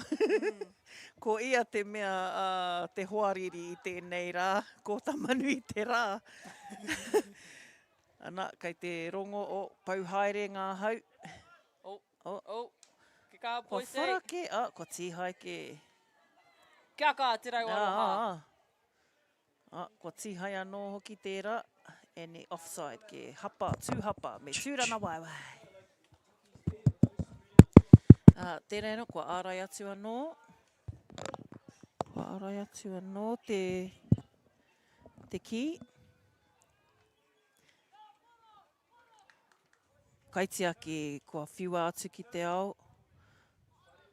Pā ki te pau, oma ki te roto, pā ki te pāwero, tupu manawa. E whakaai ana, karekau, i tihai ki te roto. Reset, kau te anō. Ana, kua riro tonu i a taniwha, i tiakina e ngā kaitiaki. Karekau he tupu wairua. Ko tā whakamutunga e hoa. Ai, kia tere atu, whakarewa, pāwero, tupu manawa. Pau te wā, pau haere te wā, tere, piro tere. Ai, kua hatia, ko tahi te pau, whiua ki te, ki oma ki roto, oma ki roto. Pakurete, fake! Iriroi aia! Miharo ana, e te iwi. Oia kei a koe ki au si. Kei a koe ko. Ana, ko te whakarewa i te reo ki tū wharetoa, rua te kaumawhitu, ko te iwa ki te wharekura o te rau aroha, tēnā rawa atu koutou. Mautoni mai rā e te iwi, ko ake nei, ka whai atu, ko te tākaro whakamutuna mo te nera. Kia mau tonu mai.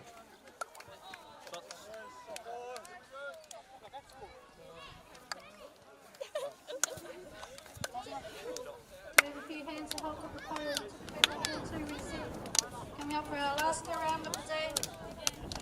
Field 2, Tarapano and Waiki Ho. Field 3, Wani Matahana and Pazama.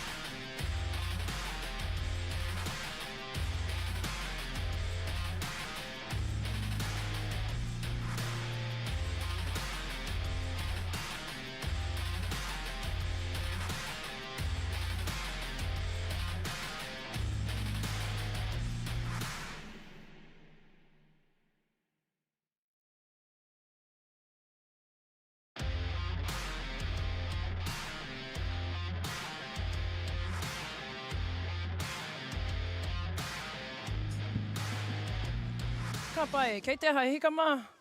Nau mai hoki mai anō ki tēnei kēmu whakamutunga mo te rānei mō Tipurahi. Ngā taina o ngā kuratua rua mano rua tukau mārima. Ko koka jā tēnei, mihi kaua tuana kia koutou katoa. Mai wa ko... Ko koka riri a karaka tēnei. Actually, just riri a karaka. Roger. Alrighty, hoa mā, I runga I te whira tuarua. Ko te kura o Hawaii ki hau, me te ara whānui. Kaya koe te tatau. He oi, ko ngā kai tākuro, mo te kura Māori o te ara whānui. Rima te kaumarua, rihari, te kaumaiwa, Navara. Right. Rima te kaumarima, akuata, whātikau toru, taimana, whātikau ono, Mānia. Rima te kau, Kian, rima te kau whā, Uruahi, rima te kau toru, Navea. Whātikau iwa, Te Aomihia, whātikau rima, Elijah. Rua te kau rua, Te Hōtini, whātikau tahi, Tārairangi, Aroha mai e Huama, whātikau whā, Eternal, and rima te kau ono, Nikora. Kia manawa nui mai e Huama ki tērā pronunciation. Kei te pai koka. Heka mā. Hoina, ko te tīma kei runga I te mata o te pauka whakaatai tēnei wā, ko Wainui o mata me kirikiriroa. Engari, ai, tika koe, kei tērā tu whira e kāre te pāho mata oratia. Engari, ko te hunga I murunga I te mata I tēnei taima ko Wainui o mata me kirikiriroa. Kare anō rātou kia whiwhi piro I tēnei taima. O, ko te replay tēnei, pau kotahi. Ki roto, tipu manawa. What a dive. Piro I ko rā, ai. Ruku pāwa. Koina te rautaki. Ruku. Ka pai e nei kei ruku pāwa mo ngā pā. Ngā marae maha. Puta noi te ka maui. Rāwe. Nana kia tēnei kōtiro. Nā ngā piro. Toru ki a Wainui o mata. Me kirikiriroa. Oh, peri.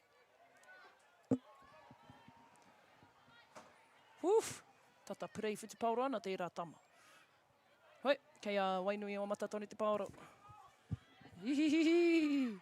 Kurata ki o ma. Kua tihaia tana haki e kirikiriroa. Kei ngā tani whao kirikiriroa I te roto.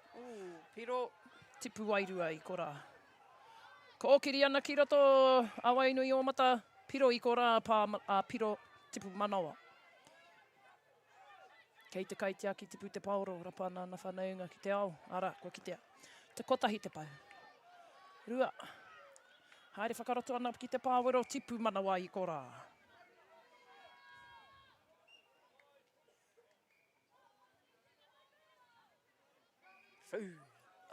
Kāri tau te ki roto I a pāwero, nā reira kāriro I a kirikiriroa te pauro. Ngā tani whao ai kato. Tipu wairua I ko rā. Kirikiriroa tonu. Rāwe e tērā kaitea ki tipu. Rima ki a Wainui o mata, kotahi ki a kirikiriroa. Taka huri ana tērā kraua o kirikiriroa. Ka pai krau. Ka pai Kelsey. Wainui o mata. Huri ana. Weti. Hihihi, kāri tae ai, te kapu atu ana haki ana. Māui pōtiki tō kai e. Nana ki ara wātu tērā tama o Wainui o mata.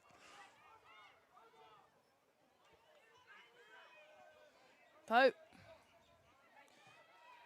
Ka pai rā ringa roa, peke teitei kia kapu atu I te pauro I a Wainui o mata kei a kirikiriroa. Kua hoki anō ki a Wainui o mata.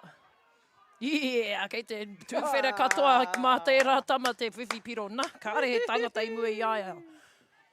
Ngāwari noi ho mana te whiwhi piro.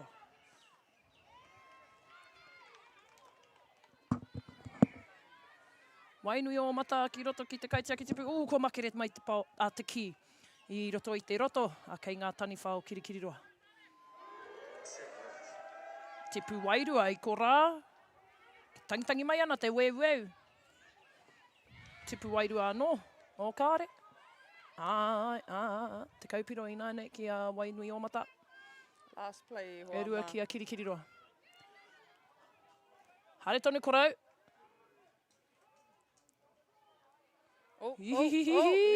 Anei. Kua hoatu i taua piro. Kao. Ki te atu i ngā ringaringa o te kaua wao ni. Hea tāna. Kau, kare piro. Kare kau. Wainui o Mata te kau. Kirikiri roa rua. Ia tērā. Te kōta tuatahi, te rauna tuatahi. Kia au tonu mai Hoama. Replay. E haere ake nei. Engari ki mai te kaiwa wao. No try.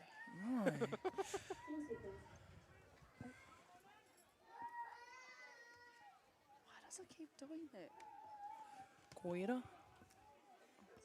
I don't know. Ko pai? Yeah. Ai. Check.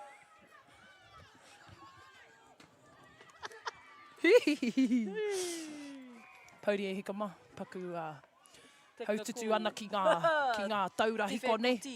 O motu te hononga pia kāra koutou i rongo i a māua, engari kua tika mai anō i te iwi. Kaumahara. Kei konei tonu e nei waha nui. O te tai rāwhiti.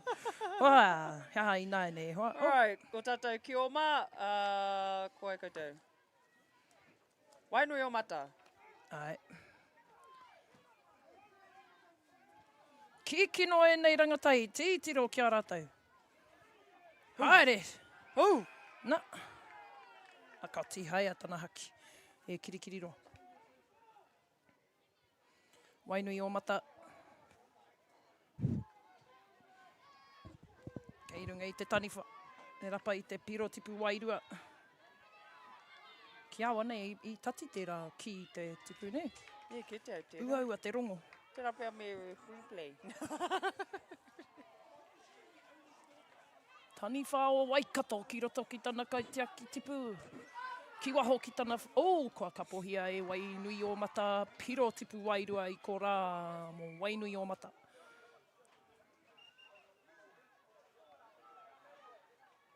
Whatanganui a tara ki a Waikato. Kei te titiro haere, tēnei kōtiro mō tana tīma. Ra. Ka pai. Ki roto anō ki te kaitiaki tipu. Anei, kei te haramai mo te piro. Ana.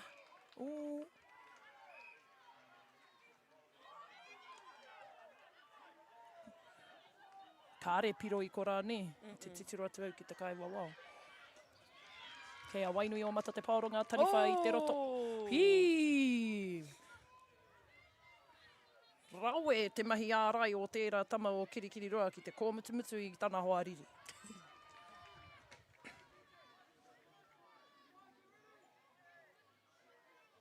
Mawhironga tōkena te namatoru rā. Namatoru? Yep, namatoru. Mō kirikiri roa. Wainui. Mawhiro. Free. Ai, maua te waiu e rā tōkena i te whakataitai te tīmatatanga o te tau te katoa rātou. Very slick. Ka pai kirikiri roa. Ki o mā. Ko tahi te pau. Rua, i ko rā. Koki whakamuri te poro. He try. Ki roto. Hei reira. Tipu manawa i ko mo ki o mā.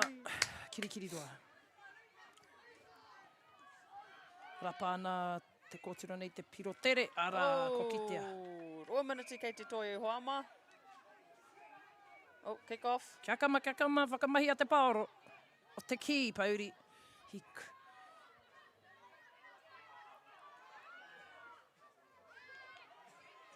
Ka rawe, kua tihai a tana haki e Wainui o Mata. Pautu arua tērā. Haue. Haki i kora. Wainui o Mata. Taniwha. Whakawhiti atu anō ki kirikiri roa. Huri ana ngā rangatahi nei. Ka pai Wainui o Mata.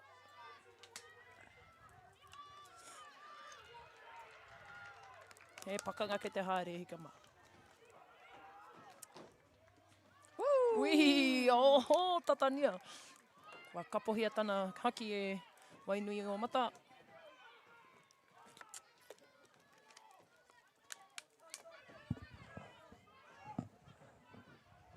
E toru ngā kaitia ki tipu kei roto rā ma kirikiri roa. Ki oma.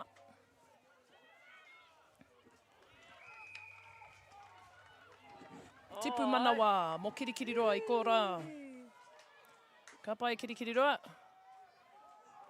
Rima piro i Wanganui e nei tīma e rua.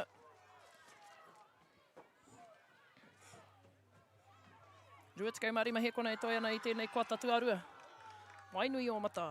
Kei te hipi hipi hurei tā rātou tīma.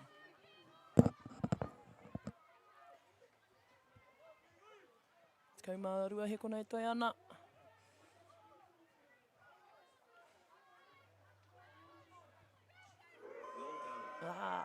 Whio mai ana, te weu weu. Te koata tuarua. Ko tai ki te hawhi. Wainui o Mata te kaimatahi, kirikiri roa whitu. Kia au tonu mai mo te kōta tuatoru wāhanga rua. Kā tō wai? He wai Māori. Whakauti pai tērā. Whakauti pai tērā e hoa. Taihua moa pōpō ka tiakia wau taku waiata. Moa pōpō. Hoi anō, kei aua kei roto i waku ringa tēnei puka puka te reo wake o Ngāti Prau nā pāpā api rana mahuika.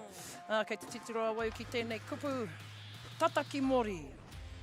Moderate, slow down, immoderate. Kāre tataki mori te puta mai a te tangata. The people kept arriving in large numbers. Nei, ko tēnei hui, ko nei e hikama.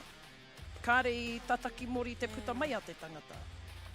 Hoi anō, kāre mōhio mehe mea kei te pāotia o tāwa reo i tēnei taima. Hoi anō. Kei te pai. Hei kei mā ngā taringa.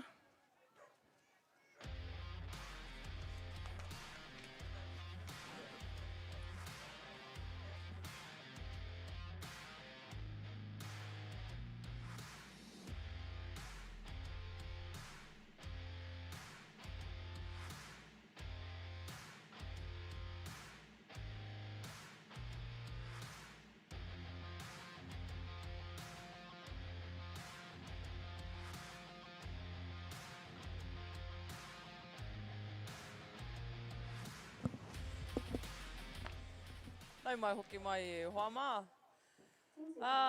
Third quarter, second half. Wainui o Mata and kirikiri roa. Kick off. Jeez, I'm looking at freaking game 2. Where are we? Ka pai. Kei Wainui o Mata te pōro. Koe, who are they? Kei a Kia oma. Hey, tika tira. Hi. Ai. Ko Wainui o Mata ngā ki o mā, ko kirikiri roa ngā taniwha o Waikato. E rapa nei ngā piro tipu wairua. Yeah, whati mai ngā hope. Them young hips, eh? Ka pai poise, tahi. Oh, ko ti hai. Laue. Ui. Hamupaka, mahu e iaia, mena i hopu i iaia tau poro. Wow, piro a tahua no tera i a Wainui o Mata. Ko tahi te pau.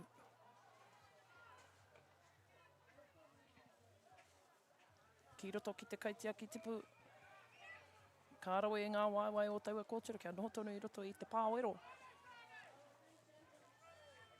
Hihihi.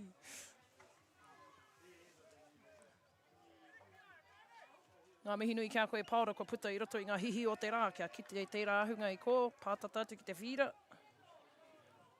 Kirikiri noa i naine i te paoro taniwha.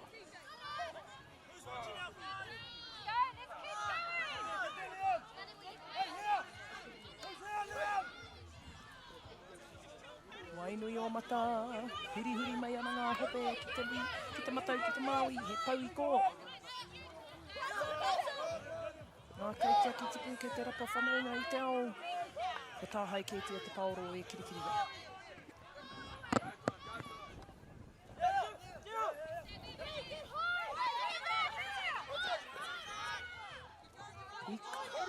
Ka pai. Nama toru.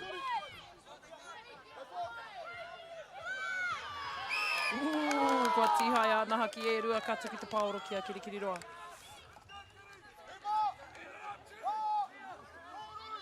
Ka rau e tērā tihai, ka pai wainui o mata.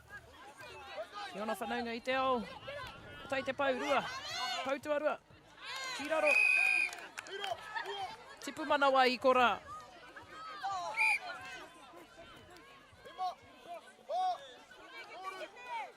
I te tikiro haere e mo ana whanaunga i te ao ara. Ko ki te a. I ko rā. Swifty ba? Peke ki te tā.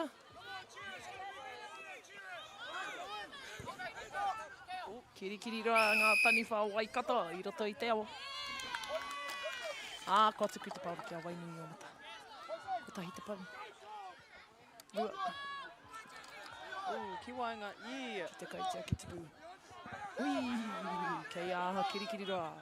Oi, ngā taniwha ne. Ngari kare taniwha ngā piro. Kia kaha tātou.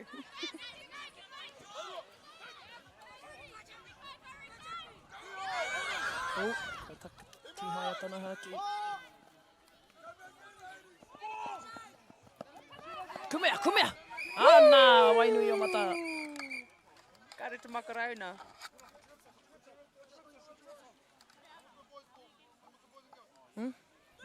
Kei a kirikiri roa te paoro. Nei, ngā taniwha o Waikato.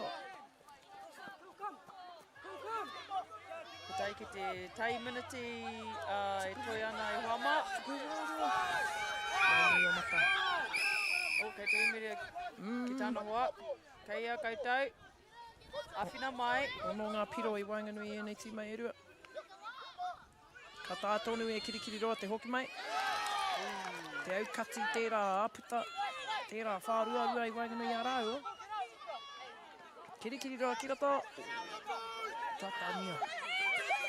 Kei a wainui o mata. Aukua kai. Kia te poro. Kei reira. Heko mai. Pautua rua. E rua ngā matimati e te kaua roa o tia kia mai.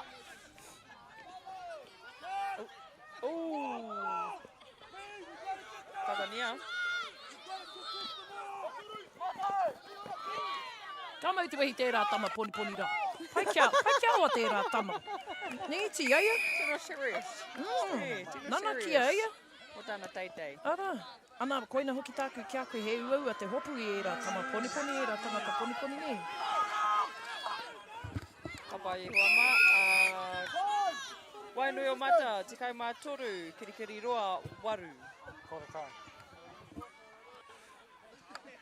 Kia utonu mai e Huama ki te wāhanga tuarua, kōta whakamutunga. Ne? Ai. Te 5 miniti whakamutunga o te rā nei. Me pāhote ana ki runga i tēnei o ngā tūhonotanga mō te Purahi. Kua maruru tau kaumārima ki konei ki te pokatuku o tohatu ki Whakarua. Kirikiri roa. Kei te kio mai tēnei wā. Te kau. Te kau? Te kau. Pēne ui ki eia te kau. Might be fighting. Oh, no. Te kau. Whio mai ana te wewe. Ko tīmata tātou. Kua riro i a wainui o mata. Te paoro, ngā taniwha o wainui o mata. Ka pai ana, kei a kirikiri roa te inaini.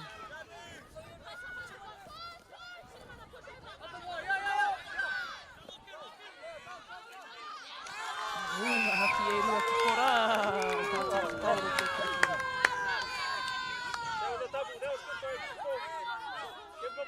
Ki te koe, hea te tikanga o tēnei. Kei te kite au te kai a whakahaere o kirikiri roa nō nei kei te kūtete miraka kau ke ai e. Pene. Hea te tikanga o tērā. Kau mo tēnā. Hei te whakarau hika. Hei rā mahi āringa, hea te tikanga o tana kōrero. Kau mo te double whip pia? Wow. No. Te rapin pātai Taku takia. pile. O pene. Yes. Miki nā ringa e rua kina. Hoi. Ka wai, kei a wai tira. Kirikiri roa te koro. Ke rua, wainui o mata. Ka wai te poi puni ra. Tarifa. Ka wai te Gilsey.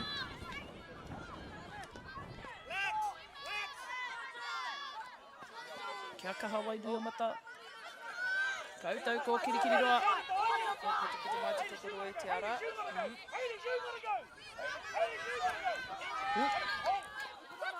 Tihai a tana haki e wainui o mata. Kei te ko kirikiri roa. Tere te tihai te haki. Kaure ti te pauro ki a wainui o mata. Tani whai te roto.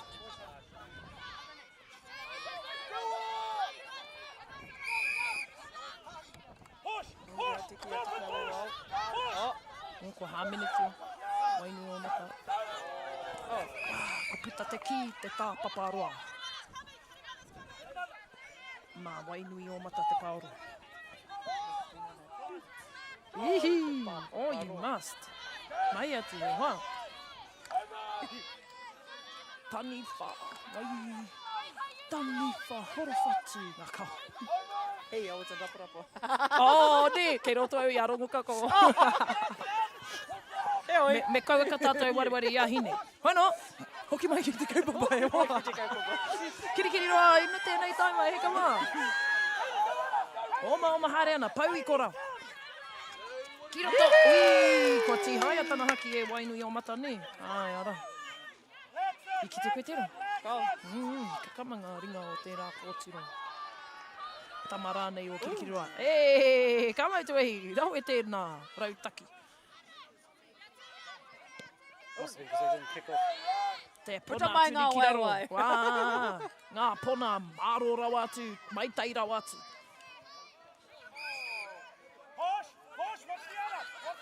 Alrighty, whakamahia kirikiri roa. Kia ka, rima piro, ka orite ngā piro, kirikiri roa. Kohia ngā pau, kohia ngā pau. Pai, rau e tērā rautaki ne. Kia tūtū mai ngā taniwha, kia koaro i tana hoa ne. Kia makaina te pauro, kei reira no tērā atuhua, kei tērā tā ki te hopu matatiaki tonu i te pauro ki tō, oi te ki tō tīma, pauri. Kirikiri roa, ki o mā. Tahi, ia ara, pērā anō. Rua, ai, haere tonu, krau. Ka koe keo. Oh, shit. Piro, tipu manawa. Piro tere. Oh, awe, kia rere te kauro i kia wainui ana.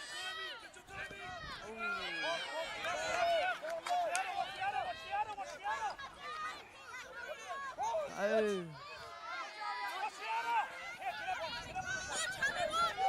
Kia roto ki te kaitea ki te pua kirikiri roa.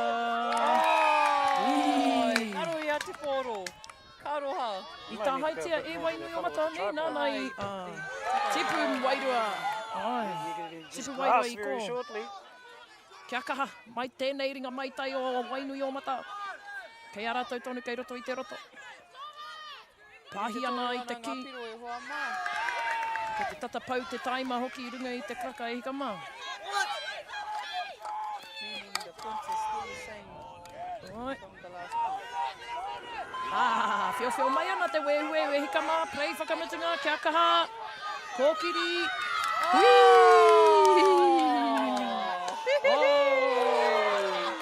Kamau tu ehi kei te haere tonu. Tipu wairua i ko. Kāre. Karipiri. Kamau tu ehi, I say. Wainui o mata, te kaumā rima. Ngā taitama tāne me ngā taitama wahine o kirikiri roa, te kau. I nā te ātāhua te noho tahi o ngā taina me ngā tuakana i raro i te tika te pono me te rangi Mārie, i tēnei o ngā kaupapa o te Kiorahi Tipurahi. Hoki mai anō a pōpō e hika mā, kanui te aroha. Kanui ngā mihi, kanui te aroha e hoa mā, hei au pōpō. E toringa karanga kia Hamilton boys and girls, Anna! Hey, ha!